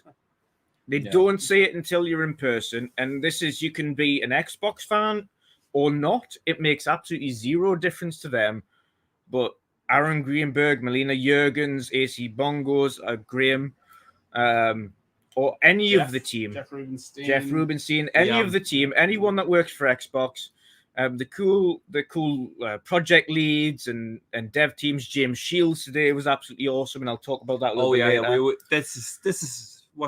We had some exclusive conversations. We got in speaking to Arne Jorgensen, who was the co-founder of Stoic today as well, and had a one-to-one kind of chat, unintentional interview about Towerborn for a significant amount of time. Actually, it felt like about half an hour, if not more. Yeah, of a good in-depth conversation about the game and everything. It was even longer, dude. We were like stalling time for our next appointment, but he was super he just wanted to keep going. It just rolled on, and it was like such a really honest conversation. Really an honest conversation, and it's rare that you see a dev like that. But he was asking about us as well. Yeah, it was just a casual conversation. All of them were the same. All of them were just like, okay, so what do you guys do, and what do you guys like, and okay, so what? Show me what you do. So what do you do, Boxberg? I do this. Okay, you got any can I contact you anyway? Okay, brilliant. Thank you for that. And how do I contact you? And how do I talk to you? And what do you do? And every one of them was like, okay, so let's take an interest. Let's talk to you and follow you, and personal interest, not just asking about games, but how are you doing? How are you finding things? What do you like about the entire show, not just us? What favorite games have you got in general? Is there anything that's really stood out to you? And again, not all of these guys have had a chance to go and play everything that's on the Xbox booth. Even the Xbox team haven't got the chance because they're working. Yeah. So they're more interested to just find out, okay, so what cool things can I go and see later? And it was the personable approach. People do not realize just how much of a personable collection these guys have to the community. In general, it's significant. I'd just add to that as well, as that's a very similar thing with, obviously, I'm a big Sea of Thieves fan. Yeah. I know a lot of the Sea of Thieves devs. Yeah. And there aren't many devs that I know that I've had tough times recently. Don't want to go into that right now, but I actually got a message from Mike Chapman asking me how I was doing. Yeah. I mean, not many does that. How many devs? Especially heads of studios. I obviously speak to Mike quite regular anyway, but when everything was happening, he messaged me asking me how I was doing. Yeah. Yeah. You know what I mean? It's like, who does that? Yeah. When you're up in the higher ups in Xbox and Rare and whatever. Yeah. Who takes the time to do that? They've got other things to do, surely. But it happened, and I appreciate it. Yeah. So it's that level of, it's we do a thing we know you all love. Yeah. But we appreciate you for enjoying it. Yeah. And you don't get that many places. Yeah. And aside from that, of course, Erwin has known Aaron for a number of years personally, so it's a little bit different for him. So he's got a little bit of a different connection there. I've known Aaron for a number of years as well, not to the same degree as Erwin, but enough. But outside of that, the likes of Graham, who you've met before, but I haven't. Even all of those knew me. They were like, "Oh yeah, come here. How you doing? What you been up to? How you finding things?" Yeah. Super good. It's like we've known them for a long time, and we have, but completely in a different way, and it's just a little bit different. They don't ask you straight away about game, and they're just like, "Oh, how are you? How are you finding things? Like, what you doing? How things been up to?" Again, Graham asked me how my dad was. Yeah. After everything that's happened with him, and he said next time I'm up his way, I'm going to go out for a meal and a drink. So, but it's just yeah, it is completely true. Yeah, I want to add one thing, and because I think we haven't done it today, we need to properly shout out Forza Irvin. Absolutely. He is well connected within. I thought I was quite well connected with many people I know, but Erwin knows everybody. He knows everybody. yeah. And he opened a lot of doors for us as well. Definitely. So a big shout out. The trip wouldn't have been the same without him. Like, honestly, so big thank you on the on our behalf to Erwin for that. It was truly amazing. So, but besides talking to the devs, we were Melina Jurgens. So, Hellblade. Honestly, what was the tall guy's role? He was like lead marketing. Lead marketing, exactly. We also had a good conversation with him, lead marketing for Hellblade. Obviously, he's a marketing guy. You gotta be careful, but there was an honest smirk on his face when I asked, "So, what about combat, and why haven't you shown it?" And he was just like, he had truly an honest smirk. We're gonna show it.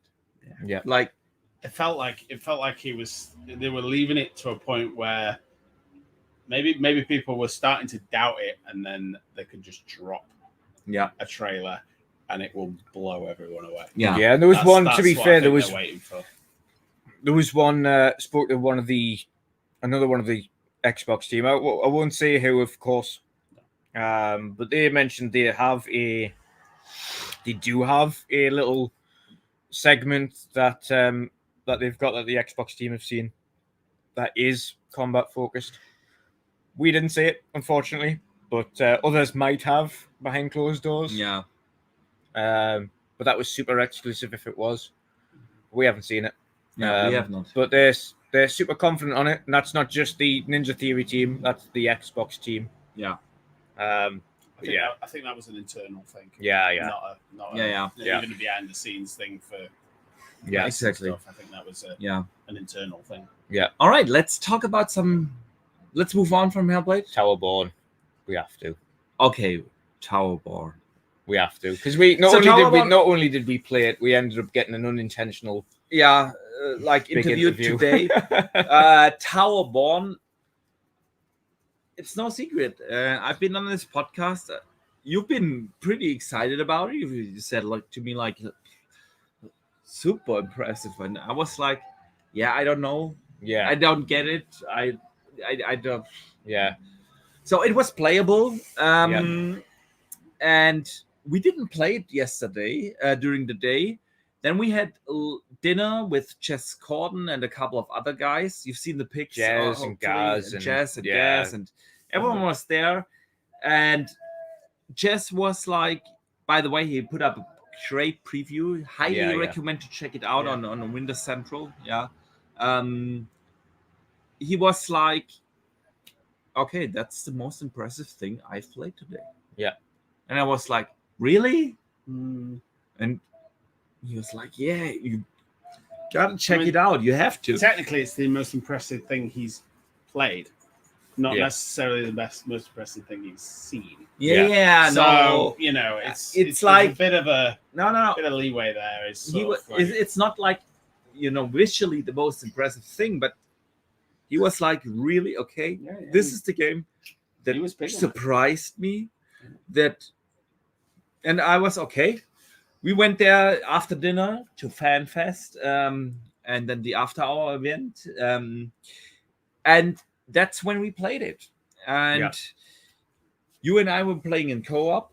Yeah, that's a good thing about the Towerborn is they had their station set up side by side with two monitors on each side. It was really cool. 2 monitors on each, and each of those two monitors were both connected to each other in co-op. Yeah. So both the two characters, whoever was side by side, they were both playing with each other, which was a really cool setup. We didn't realize this at first. It was only later on you were like, wait a minute. I was like, we were like, the problem was the demo, the stations we got to, the demo was not starting from the beginning. Yeah, it was someone else has already played the first part of the demo, and we were like just picking up the controllers and trying to. There was like this super tiny, like this size controller printed out with the controls. Yeah, and we were standing there like, what the shit? So we stood there and were just pressing every button to see what the character does. Yeah. And then I was like, I think we are in the same game. Yeah. And then we were in the same game. Yeah. So, okay, cool. We played it. We got to the boss. We killed the boss. Yes, we did. Yes, we did. We did kill it. Took us to the overworld, and you were able to walk around a little bit in this hub map overworld thing. And that was basically the demo. And we went out. That was good. Yeah. It was good. And then we stood there. So that was really good. Yeah. Yeah. So we went back in. You know, can we play something else? You know, like another different level and stuff. And they were just laughing. So no, but you can play again. And again, we just played one level. Yeah. Yeah. So it is a thing.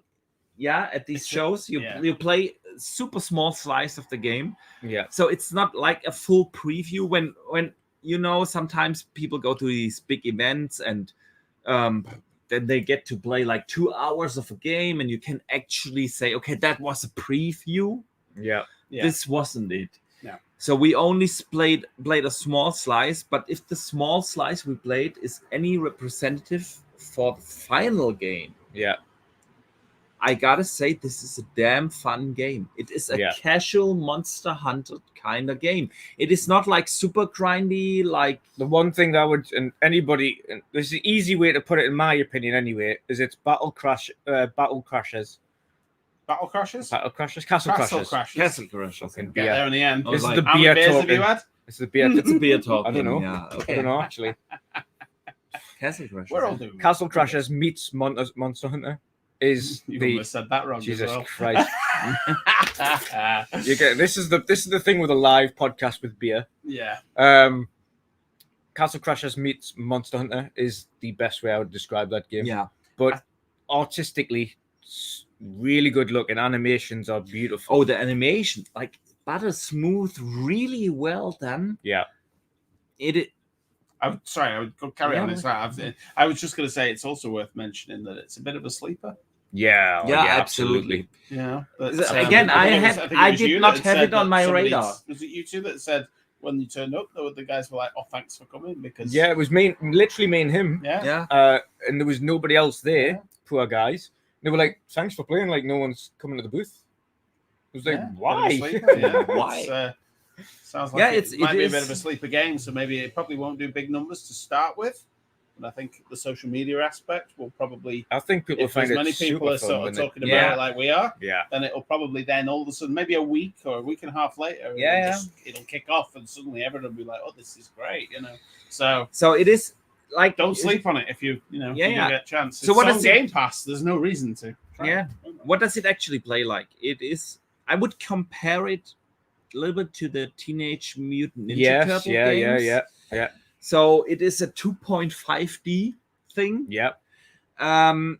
You have different like quick attack, strong attack, super ability. Can't use that too often. Have only limited points. Five per life. Yeah. Yeah. You can self-revive, or you can revive your teammate. Yeah. You fight those guys. You have like in the typical RPG manner, you have hit points. You hit someone, you see how much damage you did, and you can loot them. Yes. So there is this kind of RPG-ish Monster Hunt. That's why I say Monster Hunt. Basically, you go out on a mission. You have that hub world. choose the mission, you go out, Yeah. beat the level, collect the loot, get back, level up your character, go on to the next thing. Yeah. That's basically the gameplay loop. Yeah. But not like in this super deep way, like it's Monster Hunter. Yeah. It's like super casual. it's It's casual. an easy pick up and play. That puts Exactly. me off Monster Hunter. I've tried playing Monster Hunter a couple of times. And Yeah. it's gone. And I Too had deep. a friend in America that was a big fan of it, and I was like, "Can you try and teach me? Try and show me what I'm supposed to be doing?" For about 2 hours, I was just like, "Dude, I'm not feeling this. It's just too much." And this is like a pick up and play. You can do a segment, you can do a level, put it down, boom. Yeah. That's it. Yeah. It's nice and easy. Exactly. Absolutely. And so we played it, we loved it. Yeah. And it was a funny story actually today, right? So we were like waiting for our last meeting with the Xbox hardware team. And guys, this was like... That was a cool meeting as well. Oh, damn. It was a damn good meeting. Yeah. So we had an appointment and we were just basically killing time because it was so crowded. You had no chance to stand in line for 1.5 hours somewhere because every line was like 3 hours plus today. So we had like the last appointment and we were just killing time. And then Kelly Lombardi, she's the global games marketing lead at Microsoft, actually texted me like, "Hey, I've seen you guys are here. You posting positive stuff. We would like to meet you." And I was like, "Sure, we got nothing else to do. Where?" And she was like, "Yeah, I'm right in front of the Towerborn." Yeah. We just so happens to be Towerborn. Yeah. We just like, just wait there. We will be there in a minute. And we were meeting her. Shout out to her, by the way. Yeah. Lovely person. Super nice. Super friendly. And actually, this was the one meeting where we had no real like gaming related. She was just like, "So how are you doing? What you've been up to? How's your experience?" And we were like, "Yeah, it's your first time in Germany." Yeah, and did this kind of conversation, and we were standing there. It was really nice. And then a guy approached. We didn't know who it was. Yeah. And it was the game director. Yeah, Ernie Jorgensen. Yeah, co-founder of Stoic. Co-founder of Stoic. And Kelly was just like, "Hey, do you know him?" And we know, no idea who he is. He's a co-founder and game director for Towerborn. Yeah.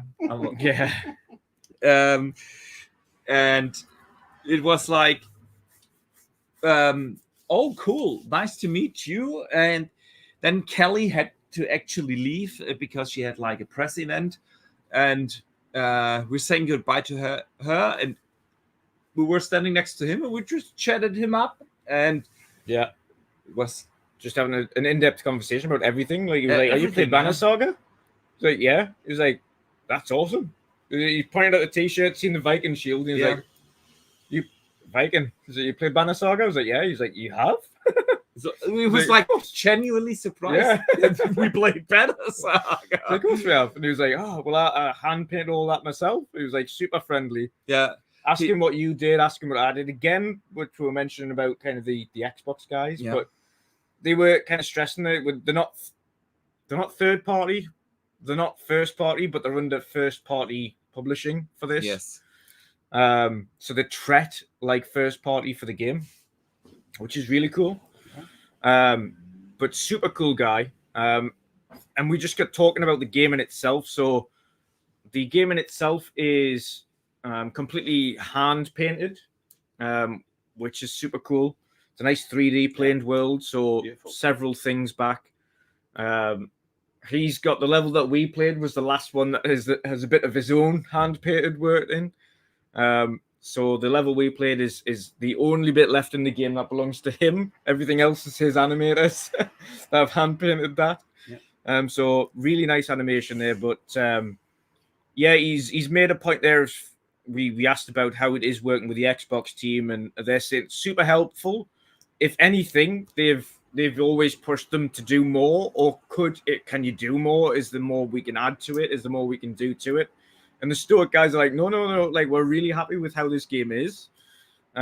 we'd like to kind of keep it how it is and launch it and then build upon that. We just want to make sure that the game launches in the best state it can do first before we start thinking about any additionals. Yeah.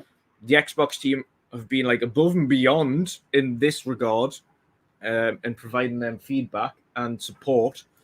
But their plans are like launch the game, solid launch, have a good run at the launch, and then 5 to 10 years. But something super cool that we didn't know about the game as well beforehand is that so it's again because it's supported and it gets content updates for this game.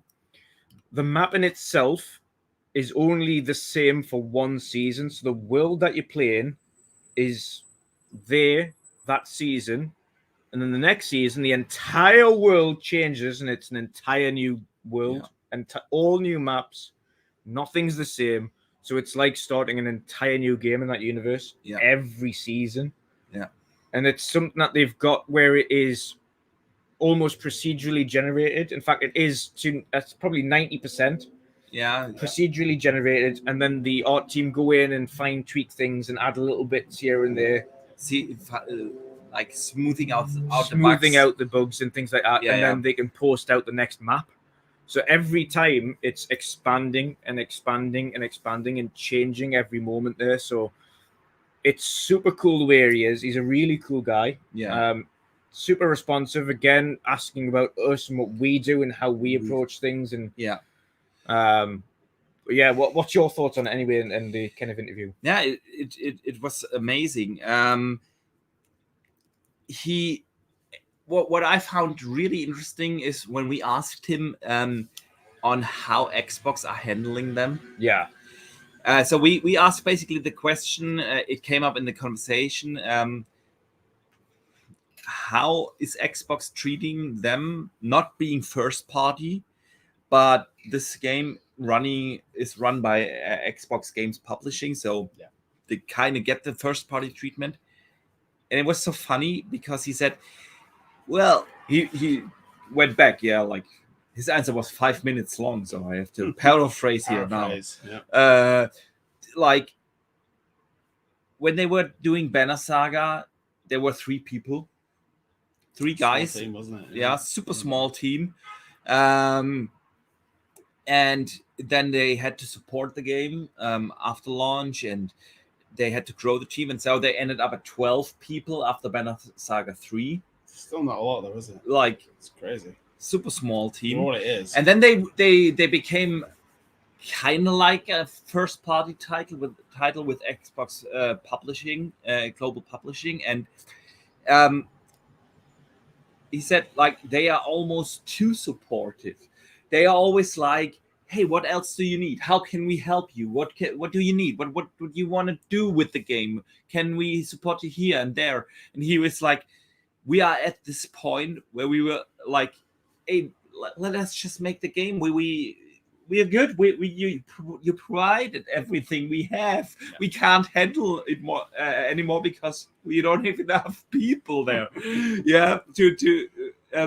So they he was like genuinely excited about Xbox's support, and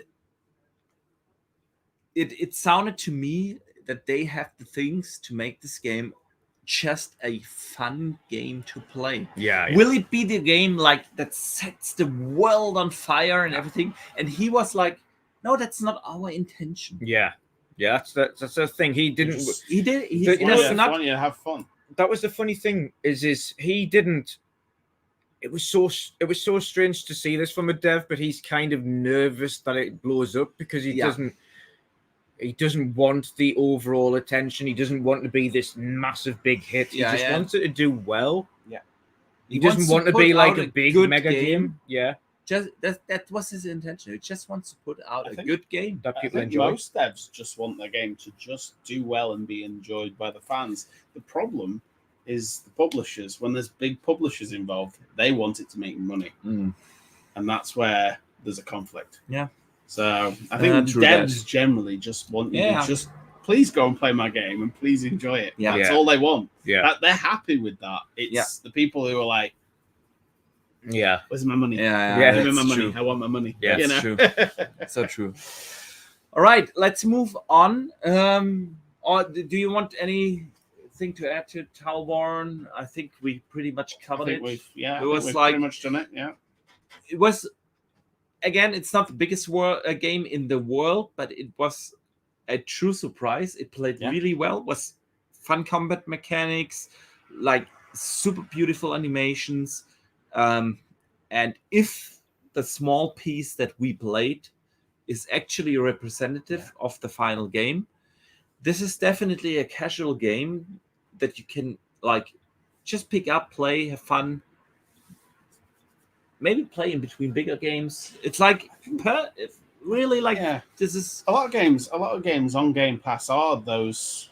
Certainly, we obviously get the bigger games, but most games, like I've been playing Planet Alana, and it's just nice to just sort of play in between things. Especially, I mean, Planet Alana is specifically, as well as because there's no dialogue, you don't have to remember where you were in the story. So it's kind of like, you just play. What was I doing last? I was at this puzzle. Yeah, and then you just jump back in and go, I remember what I was doing now, and you carry on. Although there is story in Towerborn. In Towerborn. Yeah.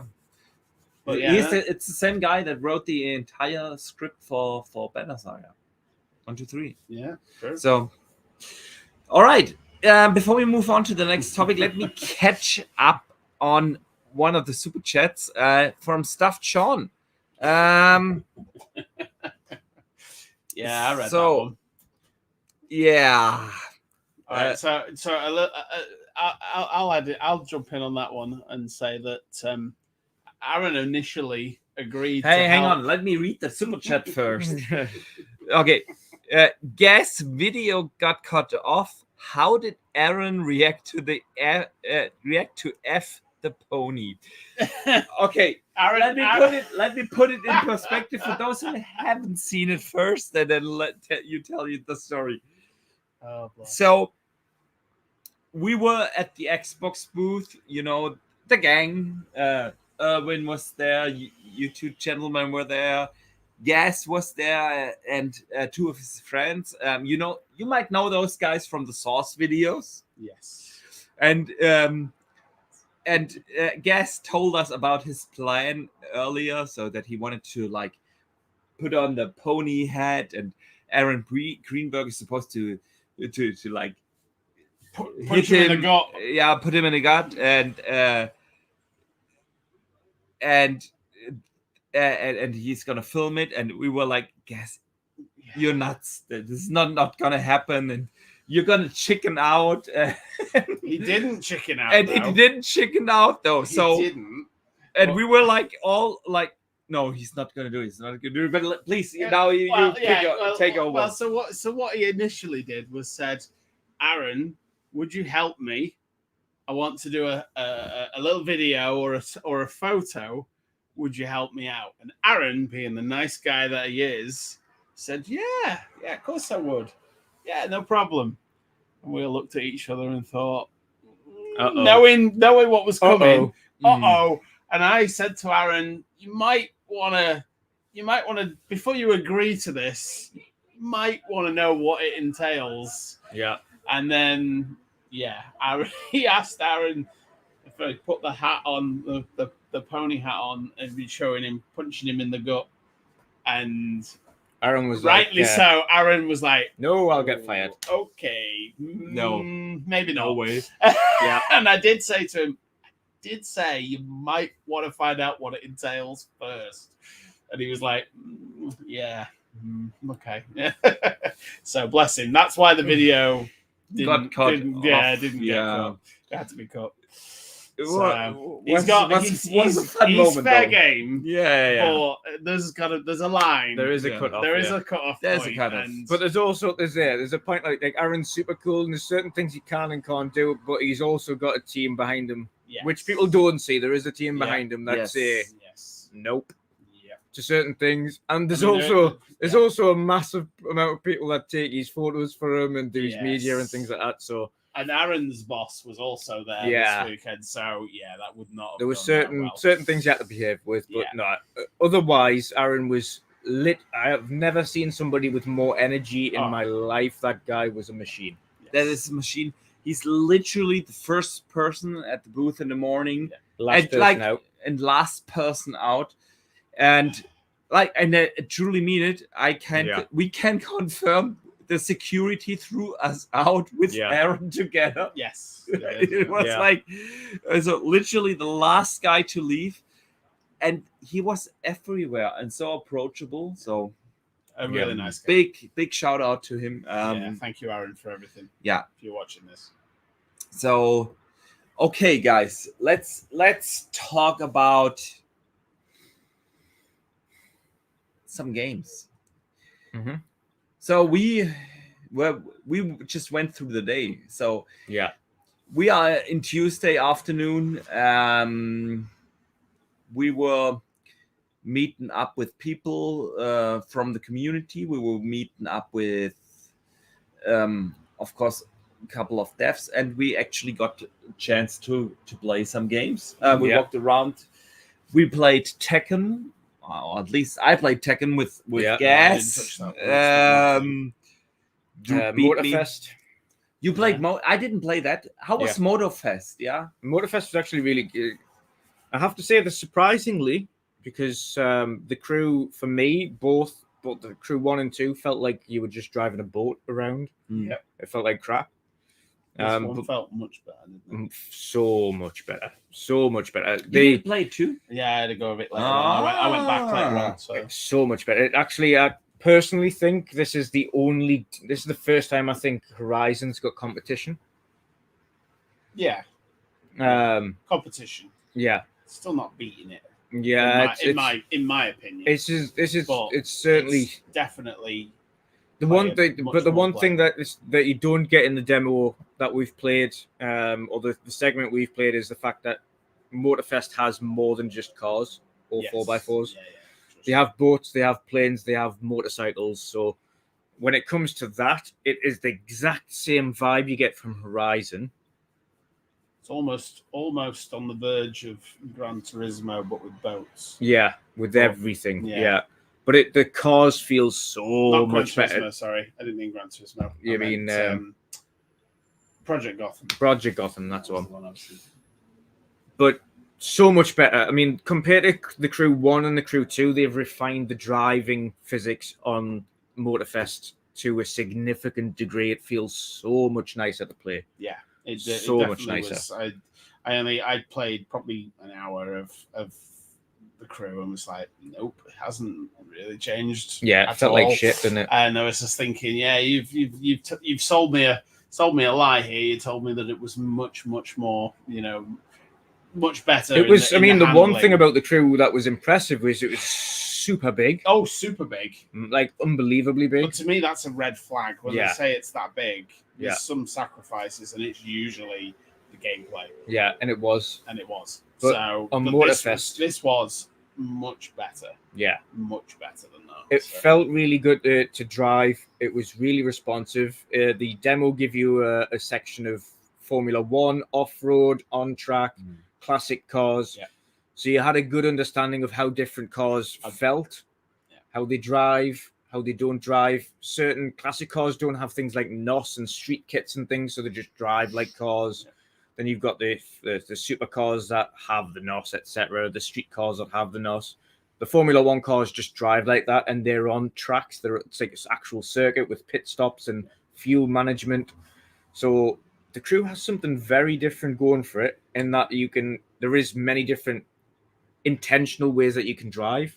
So if you're driving an F1 car, those are F1 races. You're not driving them on roads. Yeah, I kind of hope they push away from the trying to be competition to Forza, try and make themselves their own thing. Yeah, because you're always against that. It's always going to be a losing battle when you've got someone like Microsoft who owns Forza. Yeah, they're always going to see the competition and go, right, let's beat that. Yeah, So, but if they can separate themselves from that, and become the Crew rather than Forza, it's like, oh, I quite like a motorsport, or I like Forza. If you can say, I like one of them, but I also like the Crew because of its own separate things, I think they'll do probably better than just trying to be Forza or trying to, and I think we've this mentioned one that might be trying to do that. Yeah, we've mentioned that before though, and shout out to Erwin as well, who also said that after we played it, and he said, "Listen, we said that about Forza Horizon a while ago. Like Forza Horizon 5 is good, like we thoroughly enjoyed it, brilliant game. Yeah. But for the series to continue going forwards, it needs to do more. Yeah. It needs to introduce motorcycles. It needs to introduce other things to it. Yeah. I feel that Forza Horizon suffered this time because it followed a previous Forza Horizon. Yeah. Instead of having that break, I always liked the break of Motorsport Horizon, and then this was Horizon. Horizon just felt like, oh, we've just got another map, have we? And I know it was obviously the sound was better, the graphics were better, the world was different. Yeah. It was just another Horizon. Yeah, we didn't have a break, and I didn't get that break, so I didn't enjoy 5 as much as I enjoyed 4 when it first came out. You know, even though technically 5 is, well, not technically, it is a better game. Yeah, I didn't get that break, so I kind of fell off towards the end of 5, unfortunately. And I'm already looking forward to Motorsport. Yeah, because I like the break, the change of pace. Yeah. So. The one thing I want to touch on, and again, you mentioned this before with regards to not knowing what units you're playing on. I have absolutely no idea what unit we played Motorfest on because it was locked up and you had a PlayStation 5 controller there. So I don't know whether or not it was playing on a PlayStation 5 or whether or not it was playing on a PC with a PS5 controller. I couldn't tell you. Yeah. Couldn't tell you. We were on monitors, though, not TVs. BenQ monitors, which they were sponsoring the Motorfest section on. So there was no HDR. You can't really count that as HDR, so it was pretty flat. But game looked good. It ran well, but I couldn't tell you what actual device I was using. Yeah, that's unfortunate. We had that with many games. Yeah. So, like Armored Core. Let me Yes. transition over to that. I played Armored Core. No idea what I played it on. They wouldn't tell me. I asked. Didn't tell me. But yeah, Armored Core. Again, the reviews are out. People are loving it. I only got to play 20 minutes or so.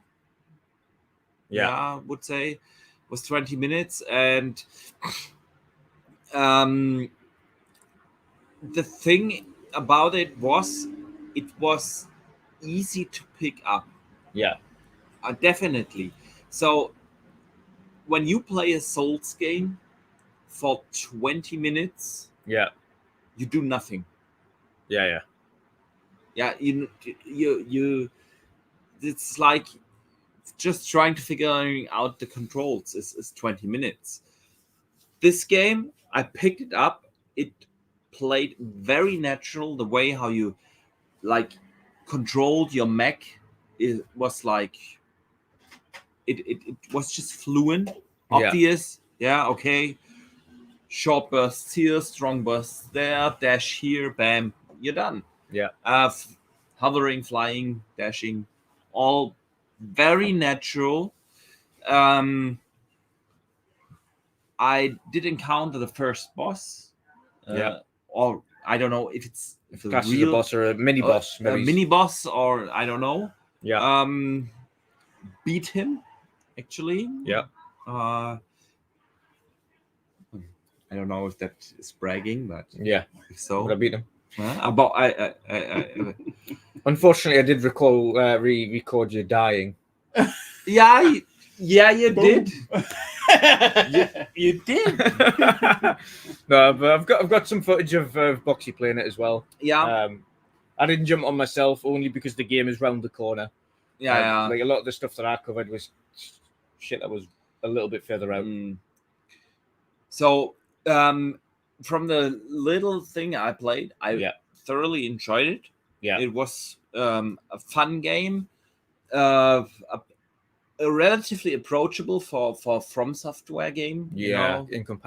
in comparison, definitely. And the little slice, I was not going to get it, to be honest. the little slice kind of convinced me. I'm not getting it now because Starfield's gonna be out in pick it 3 up at days some point. or some. Yeah. But I will definitely get the game at some point and give it a chance. So yeah, we wandered around the halls, played some games. Yeah. Then we got dinner, and then Xbox Fanfest started. Yes. Yeah. And it was my first Fanfest. You've been to XO19. Yeah. Yeah. Me too. You too. Yeah. So, and I did not really know what to expect going in there. So Yeah. I was just going in there completely. You both said, just have a great time. Great. Yeah. Walked in there. They had the Fanfest at the Xbox booth. Yep. And it was such a cool atmosphere. Yeah. Like, they had the entire booth open. Yeah. Play games wherever you want.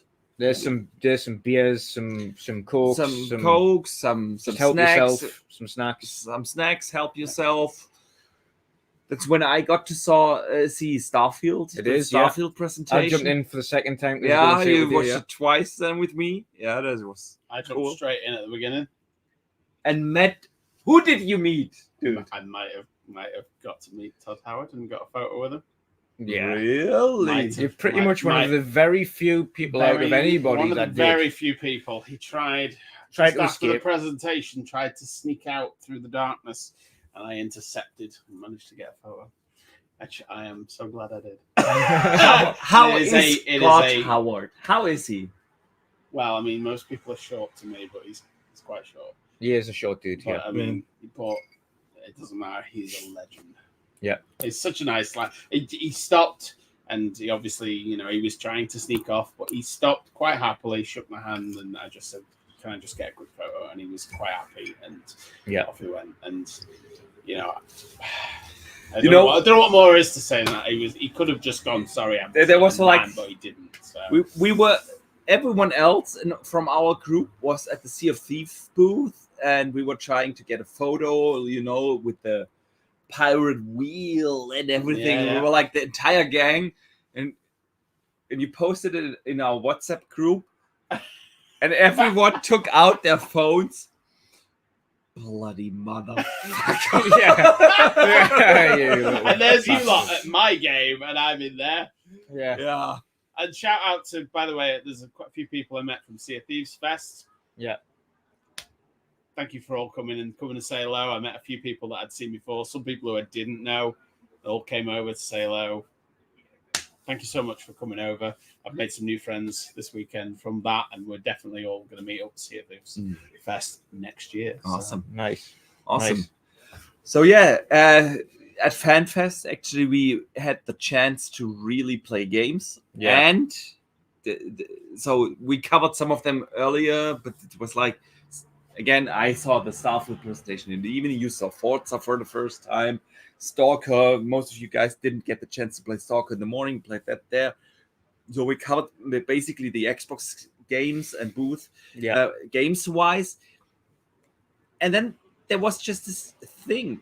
There were all these executives that from the videos, from the big interviews, running around, and you could just approach them. And this is truly the amazing thing, how approachable everyone was. Yeah. There was this really amazing lady I need to shout out. She is like the Bethesda marketing lead, but on the Xbox side. Yeah. So she was basically also in charge of like putting up the entire Starfield theater and everything. We had a really good conversation about her, about how Microsoft is going to change like their marketing things with Bethesda, because so far they have been running those entities pretty separately. Yeah. And now they have, with her in charge, like a counterpart on the Xbox side of things because they want to bring those two together. Bethesda will still be able. That you correct me if I. Yeah. But that's how I understood it from her. They will still have the Bethesda marketing. Yeah.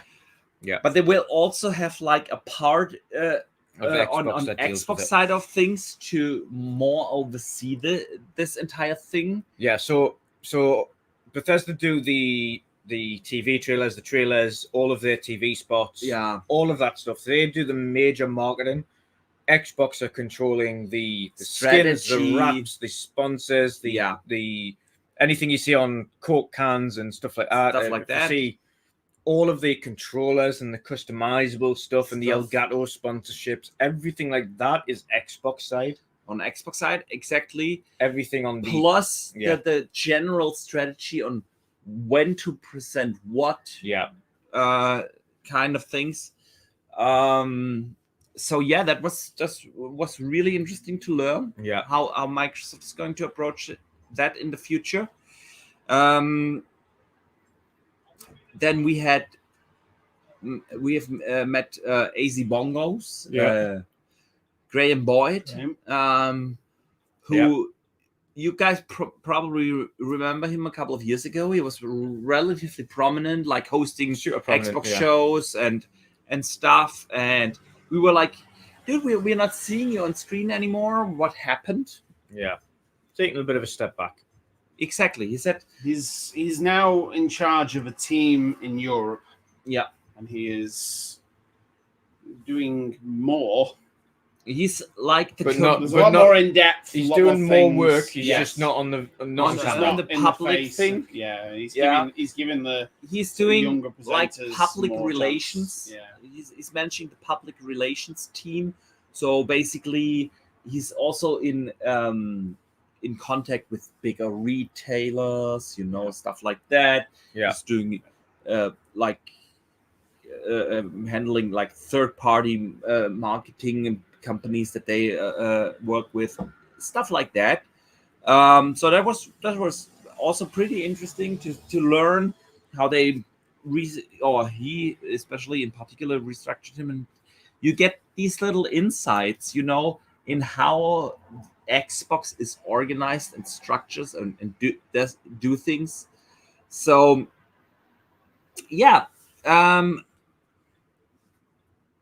Fanfest overall, gentlemen, what were your thoughts? Like, it was probably the best part for me. It was super cool. It was a lot more relaxed. Obviously, we got the games were a lot more easily accessible. Yeah. But in general, it was just a case of being able to just quiet down for a minute. A cool little bit, of course. Every Fanfest, you get a little bit of loot. So, we got things like Minecraft trading cards that I haven't even opened yet. No. Yeah. I have to say right now, I was very grateful for them. They are my gift to my daughter. Yeah. She's going to be well made up. I've already told her that I've got 16 packets. Yeah, I know. She's going to be made up with them. So thank you to Xbox for that. So Panini have done a hell of a job trying to figure out what I was going to buy her. Yeah, I think it's Panini have done Panini. These Minecraft trading card things. So we've got a box, not just a packet, an entire box, 16 packet box of Minecraft trading cards, stickers, nail things. They were the nail things that Aaron and a mouse, Maxine. I actually got to talk to her. She's like, I wanted to talk to German Aaron Greenberg. She was busy and I didn't get a chance. And then I had a longer conversation with her actually. Thanks to Erwin. He introduced me to her, and shout out to Erwin again. No, shout out, no, because Erwin was talking to her for so long that I got distracted and I didn't get a chance to talk to her. So, not shout out to Erwin. Not for that one, anyway. No, that was like she's the German Aaron Greenberg, basically. Yes. Yeah. So,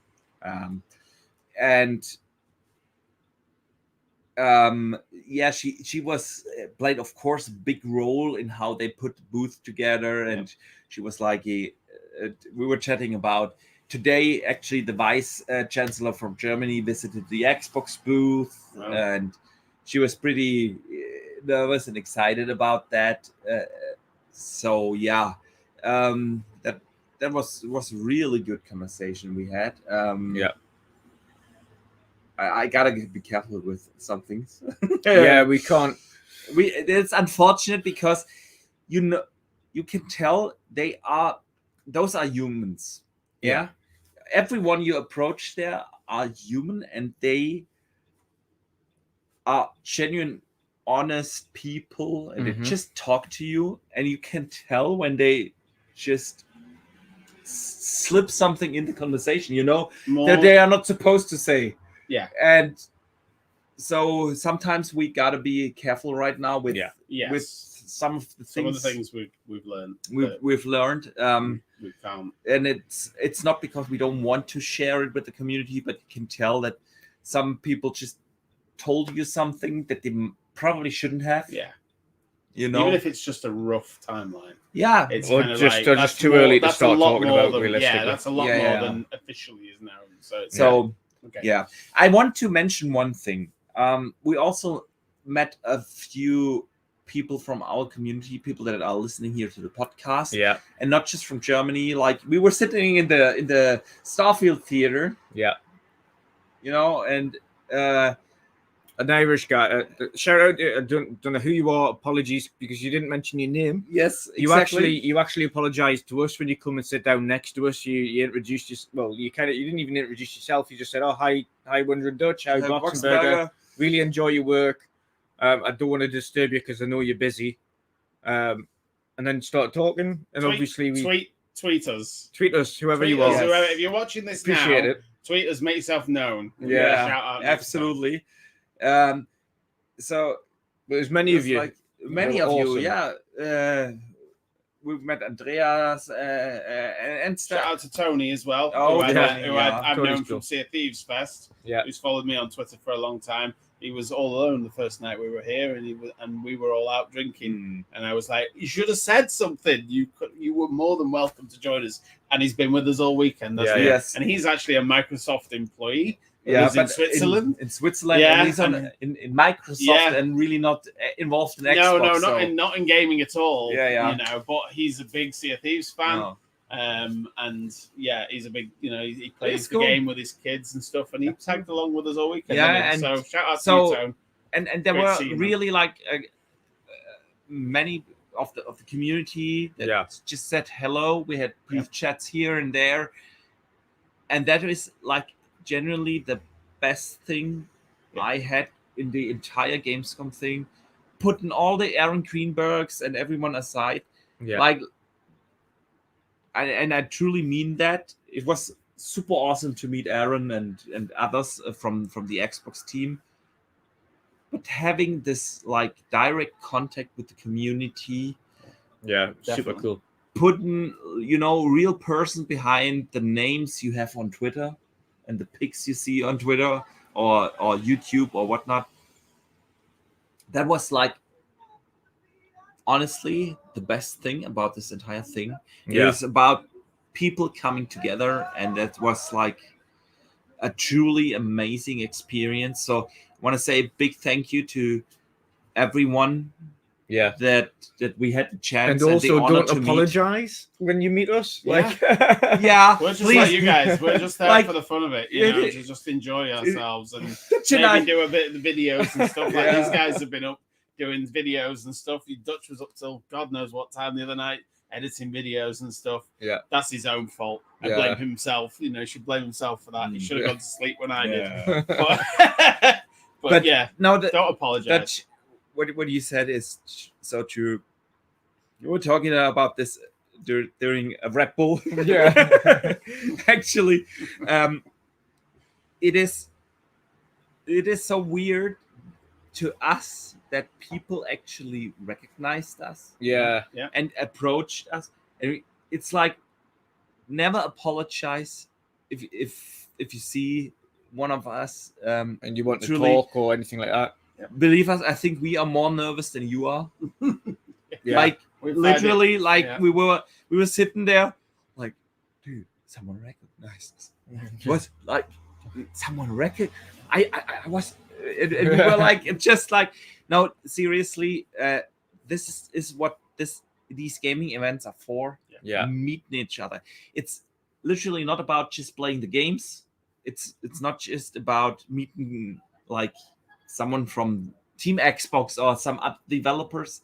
It's about the people and the community coming together. And this was the best thing about this entire Gamescom thing. Yes. And I truly mean that. Shout out also to Marcus and Marcus. Marcus and his Fern.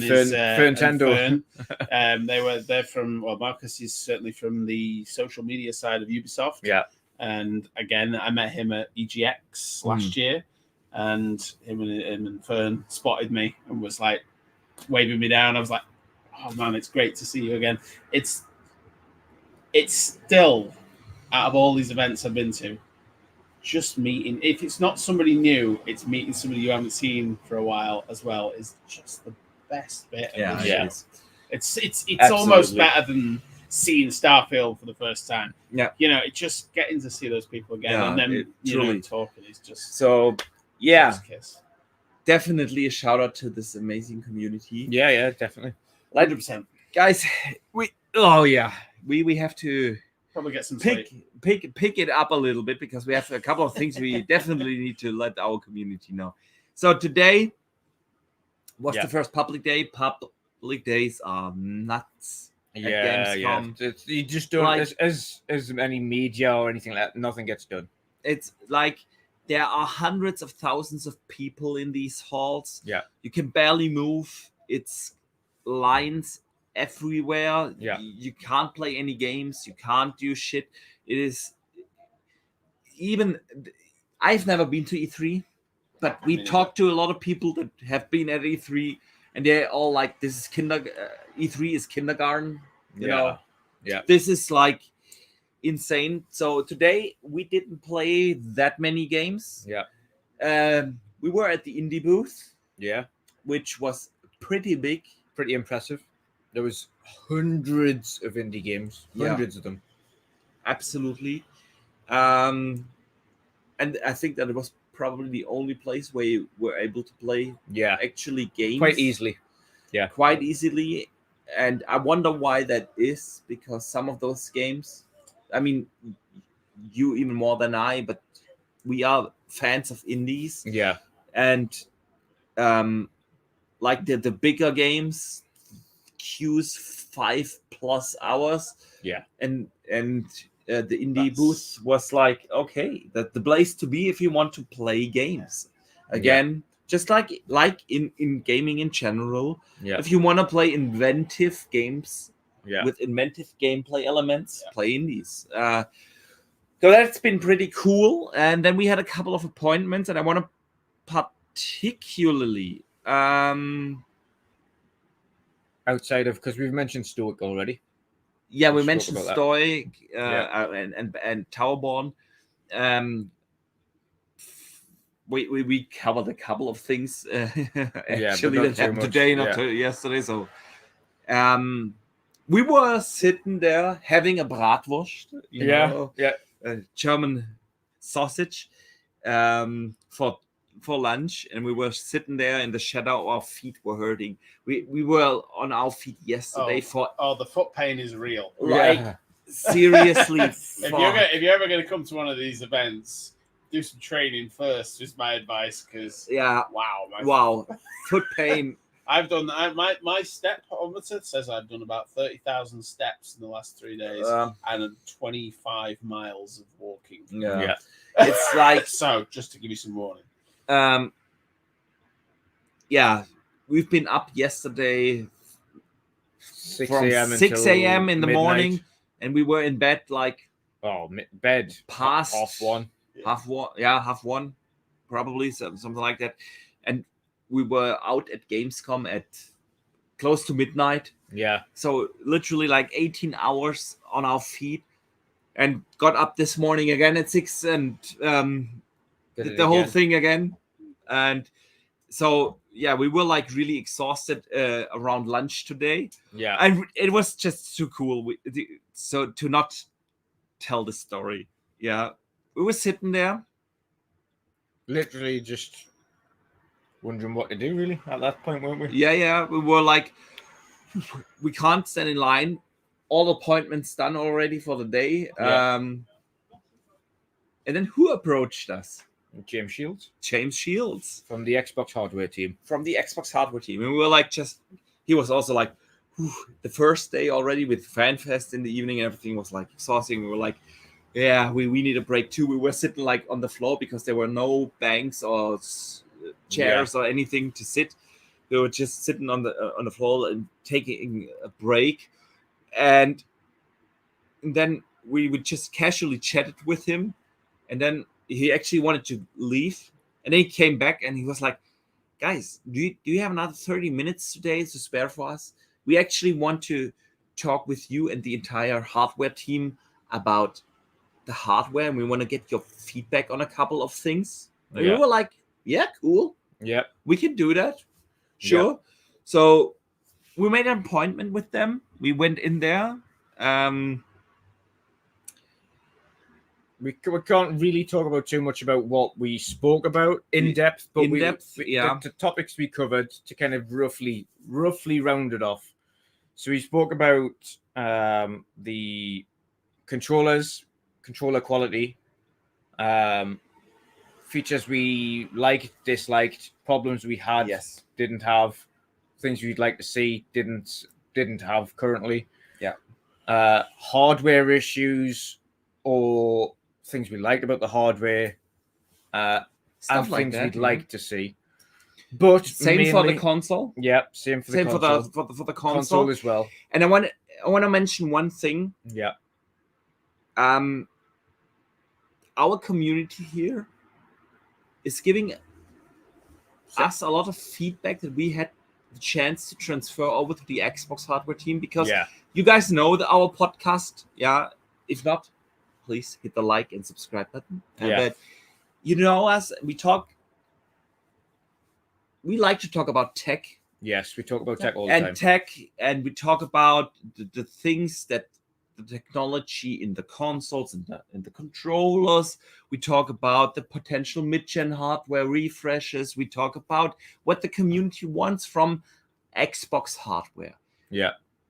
And since you guys are so involved in our chat, in the polls that we usually do in the regular podcast, not in this one, but in the regular ones, it was like we were standing there, we were sitting there.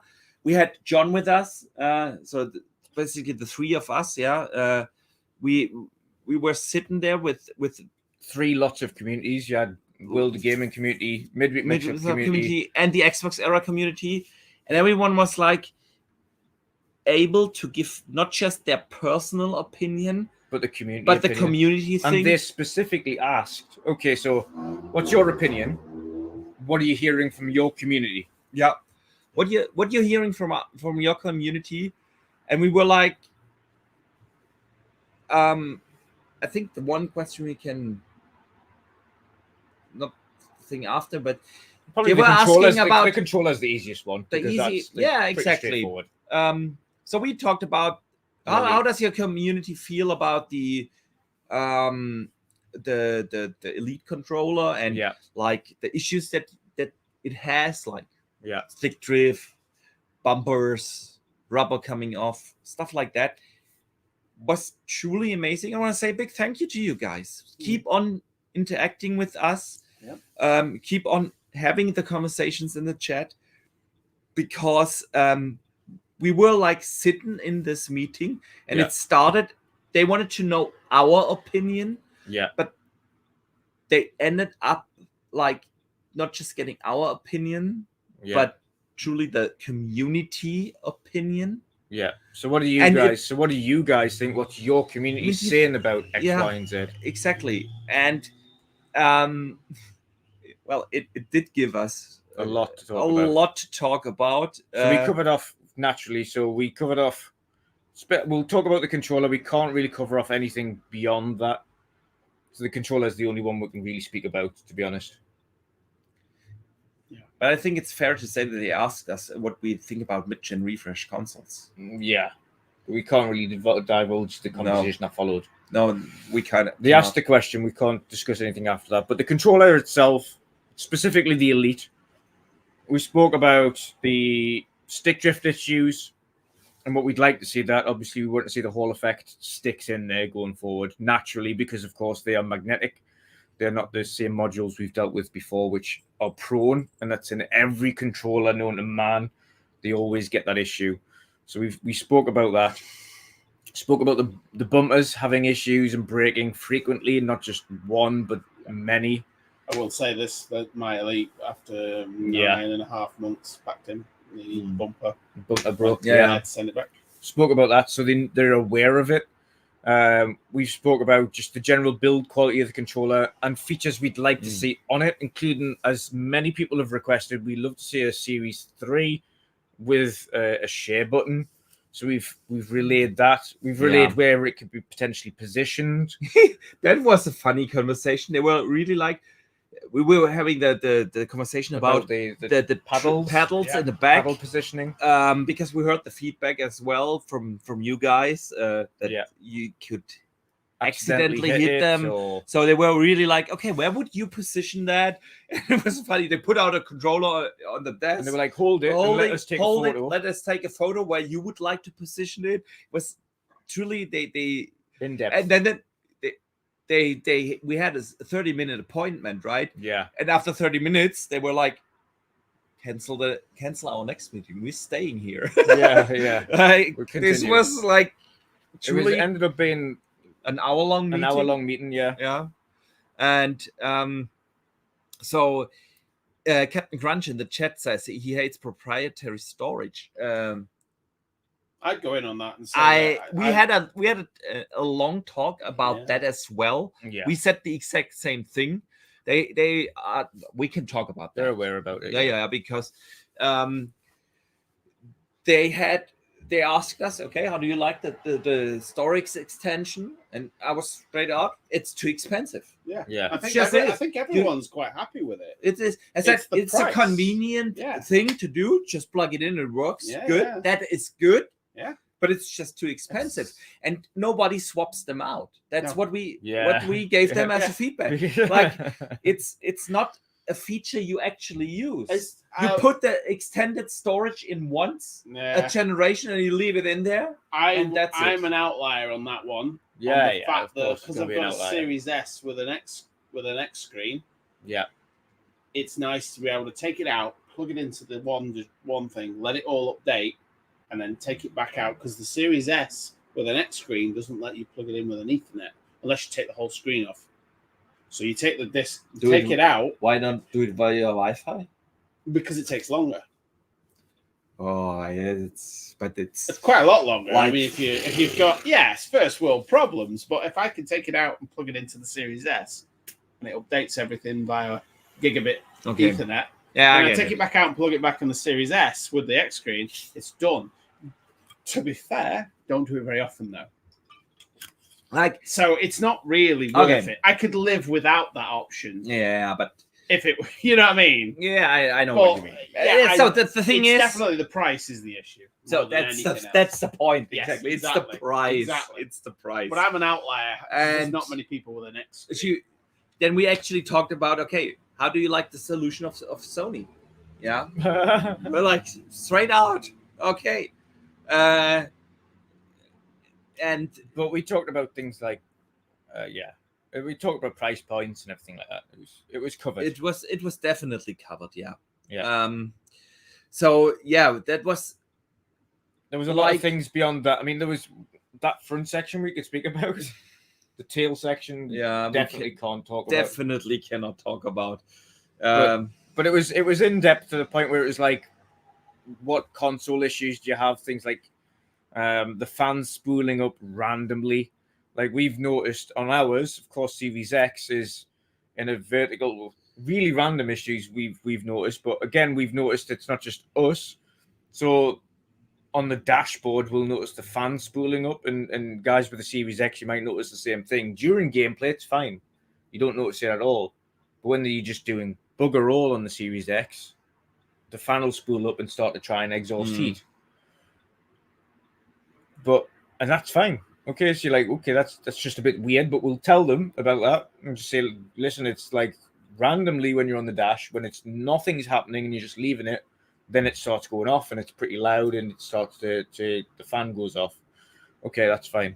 So what about the Bluetooth and synchronization? Okay, yeah, we've had a few issues. The sync, the sync is really not good. Hit or miss.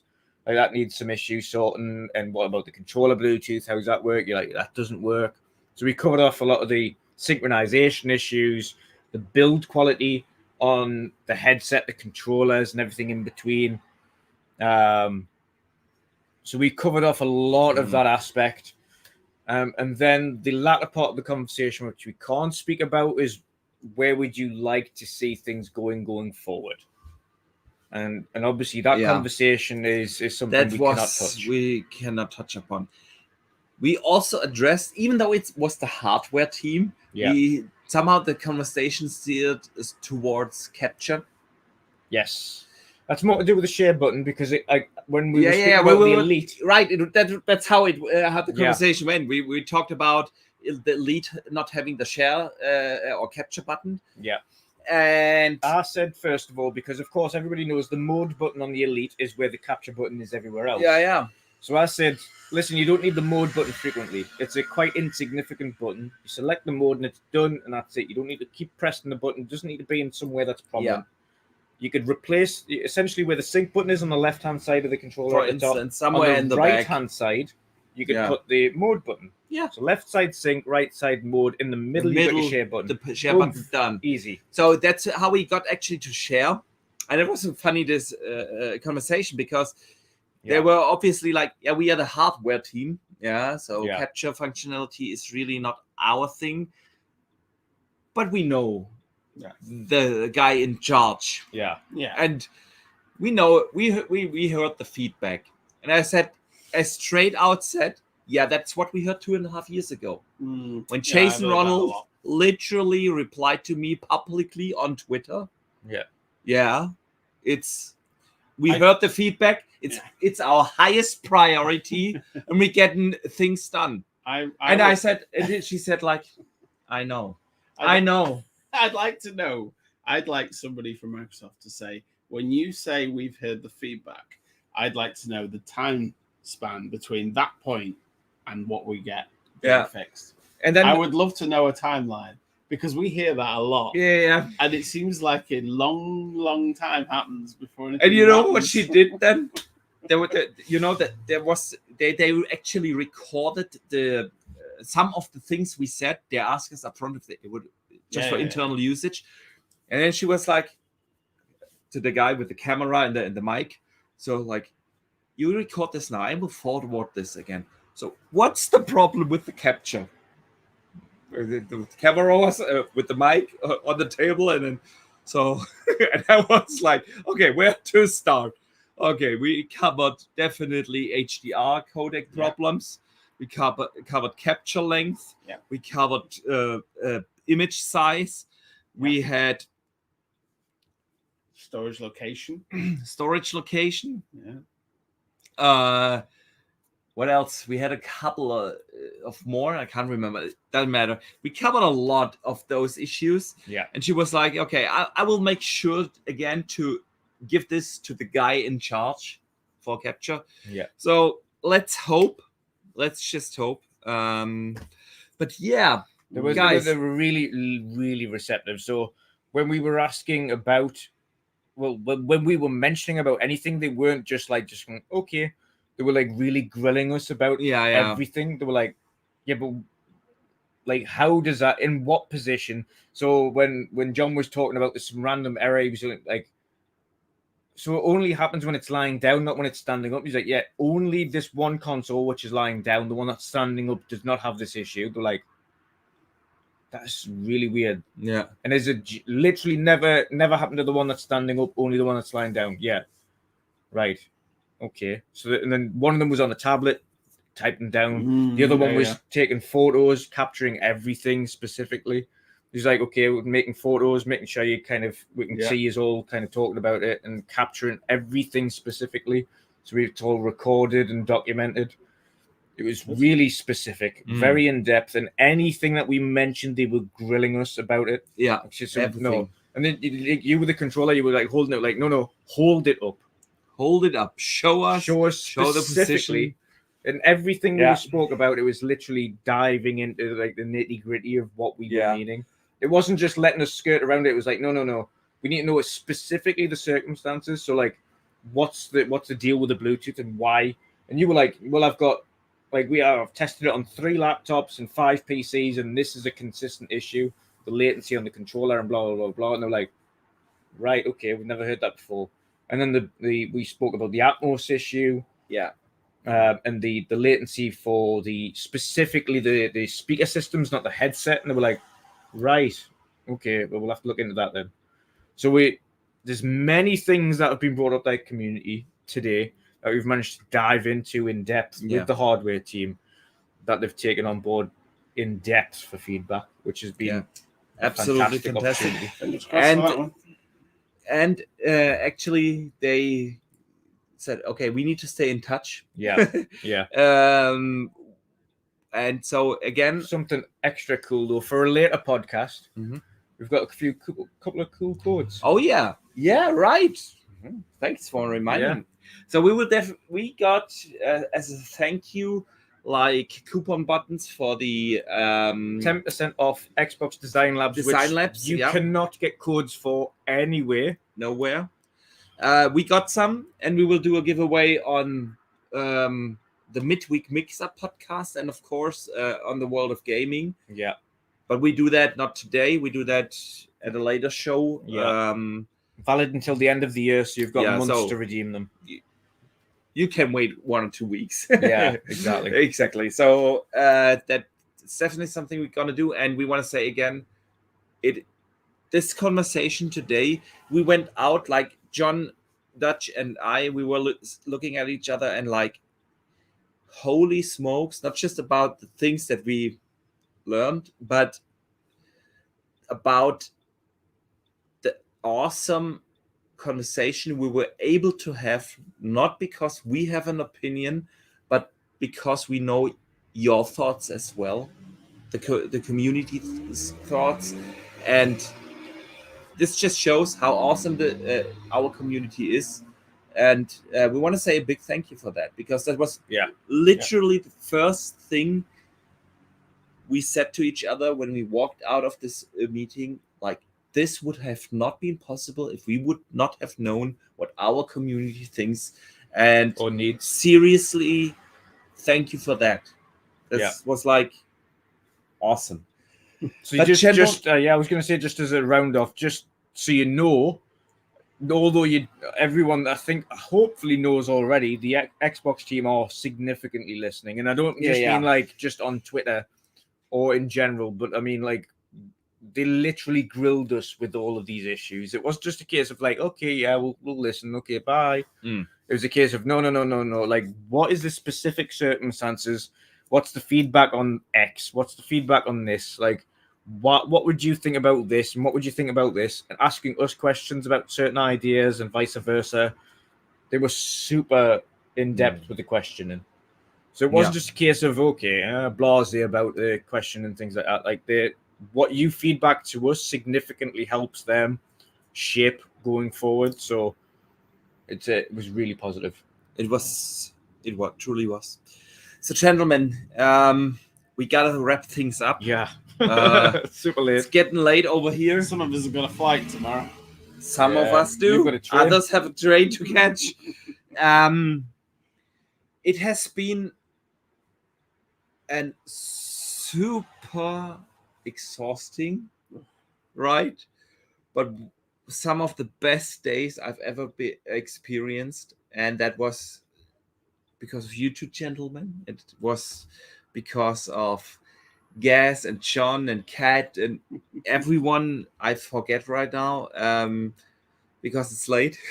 I think we should give a shout out to Kat as well for all of the great photos that she's taken of us all. Yeah. Not wanting to be in the pictures. She's been the designated photographer. Yeah. PA. Yeah. Whatever she is for John. So she's done a great job. So absolutely. it has been truly an incredible experience to be at Gamescom. The things we've seen, it's literally not just like the games, it was like the things around us. We like the story we told earlier when IGN is complaining about too much noise from the Starfield booth. It's like these are the things that and the dinners and everything around this was like a truly amazing experience. We tried to share a lot. Sometimes it was a little hectic and we had not really chance to like properly record stuff, so we just did like little shorts and stuff, but we tried to share as much as possible from the show floors, from the games, from the executives about the news, the games we've seen and played. We hope you enjoyed it. I think we hope that I speak now in plural. Yeah, absolutely. Fantastic. It really was an amazing experience here at Gamescom. We all hope, of course, after E3 being gone, that this could become the thing. I think to be honest, I don't think E3 was only mainly a media thing. It was, there was a big community there, but in terms of the volume of what we saw, the size, the size is like different. It's just 10 times the amount of people that are, or 8 times the amount of people. You could really tell as well by just the sheer size of everything. Not even just Xbox. Nintendo had 2 areas, which I don't think was mentioned. Like Nintendo didn't have one; they had 2 separate sections and 2 separate halls that covered their stuff, as well as Xbox having a ginormous booth. I mean, there was more room because somebody didn't turn up. So. Yeah, well, that's their own fault. That's their own fault, and it's their own fault. Yeah, but I think going forward, I think our Gamescom is very much in line to completely replace that. I would very much see that being the case as well. Yeah. So let's wrap things up. Closing thoughts on Gamescom, Mike. I mean, I never got to go to E3, so it's difficult to compare it to that. But I always felt like this was definitely one of the things on my bucket list of things to do. I'm really glad I did it. I'm really glad I got to meet you, Boxy. Absolutely. And you, Dutch, in person. Yeah. I know we speak to each other a lot. But, and everybody else that's part of part of the crew and part of the Twitter family that we all sort of speak to on a general on a sort of constant basis. There's nothing quite like meeting people in person, getting to know each other well. So true. And it's so definitely I mean, as great as the show was, and as much as I enjoyed the Fanfest and all the booths and meeting all these people, meeting you guys was definitely the highlight. So I totally agree. Thank you for everything. Absolutely. Dutch, closing thoughts. Yes, super impressed by the entire week. Not just, of course, meeting yourself and you and John and Gaz, for everybody. Meeting everybody for the first time has been absolutely just awesome. Meeting the community has been absolutely unbelievable. Eventually meeting a lot more of the Xbox team that we've known for ages has been unbelievable. But just it's been a super positive week overall. We've been unbelievably busy, but despite being tired, like beyond tired, actually exhausted most days. Exhausted. It's still been ultra enjoyable to the point where it's like, oh, just whatever, we'll sleep when we get back. And like we're just having such a good time doing it, meeting everybody, having these conversations, these in-depth conversations where we felt that everyone's been listened to, everyone's looked after. It's been such a positive week. I think everyone's just been come out of it and said, this needs to be a constant. So super impressive. Definitely still be avoiding the public days.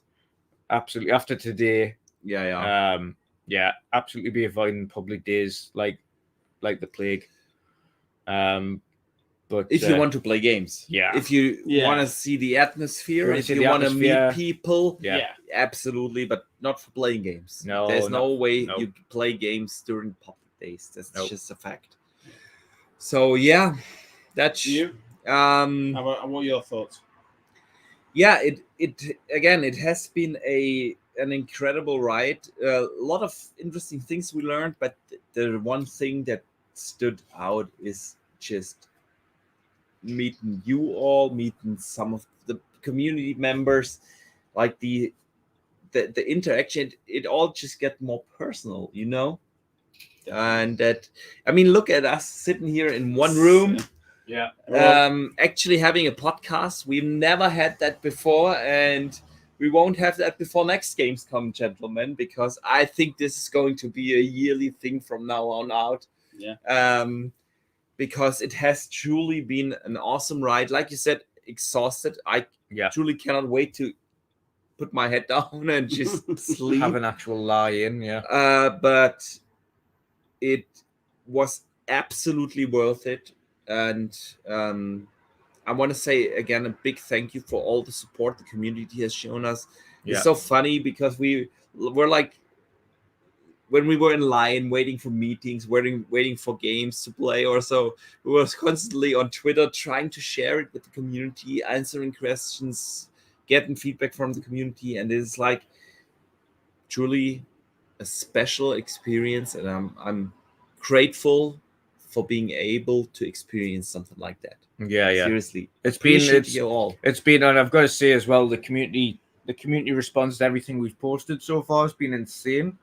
For such relatively minuscule channels in comparison to a lot of the guys that we've been kind of hanging around with, like Xbox Era, for instance, and Jez from Windows Central, of course, much bigger outlets than us, but significant amounts. But even us, we were struggling to keep up with a lot of the feedback and comments and things like that, and things are going kind of a bit nuts, but it's been fun interacting, trying to keep up, trying to share everything with you and respond to as many people as we can.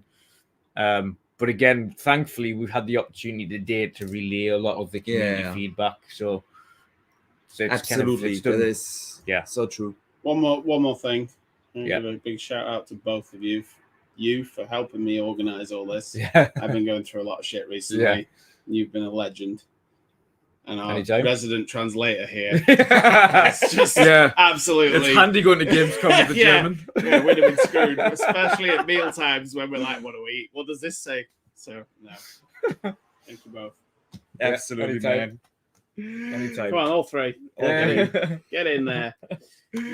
Thanks. So, gentlemen, big shout out to our community. Thanks for hanging out with us here today. We intended to not go that long. It went a little bit longer than we intended, but who cares? We are half cut as well, so hey, it's like we're still early compared to the other days. So absolutely, still before even though it's midnight. But guys, thanks again. I have two minor things to mention. First is next week we won't have a World of Gaming. Yes, correct. There will be a midweek. Hopefully. Hopefully, if I have a panel. Yeah. If not, guys, if there's no panel for the midweek, don't worry about it. I'll probably just do I'll do a recap on everything on a coffee talk or something. Exactly. Yeah. So I'll do something. We do something. Yeah. So I'm also hoping to get work sorted soon, and I can be back on the show. Yeah. And if everything goes accordingly to the travel plans, I'm gonna do tomorrow evening, like a direct Q&A thing for the entire community. So we haven't been able to keep up with the questions today in the chat. I'm really sorry. It's like we can't read the messages properly on the screen. We can't follow it properly here on the phones. It's just like being in the hotel and not having proper equipment is it's a bit awkward, but of course it's fun though. It's fun though. Absolutely, it's fun. But so if travel plans go well, I will be at home tomorrow evening, and then just do like a proper Q&A kind of stream tomorrow. But other than that, we see us in 2 weeks for the regular World of Gaming podcast. And with that, we want to wish everyone happy gaming. Yes. Yeah. And don't forget to game on. And now I have to turn the thing off, Slowly, which is like smooth podcasting. extremely smooth. All right, see you guys. Professional podcast. Bye.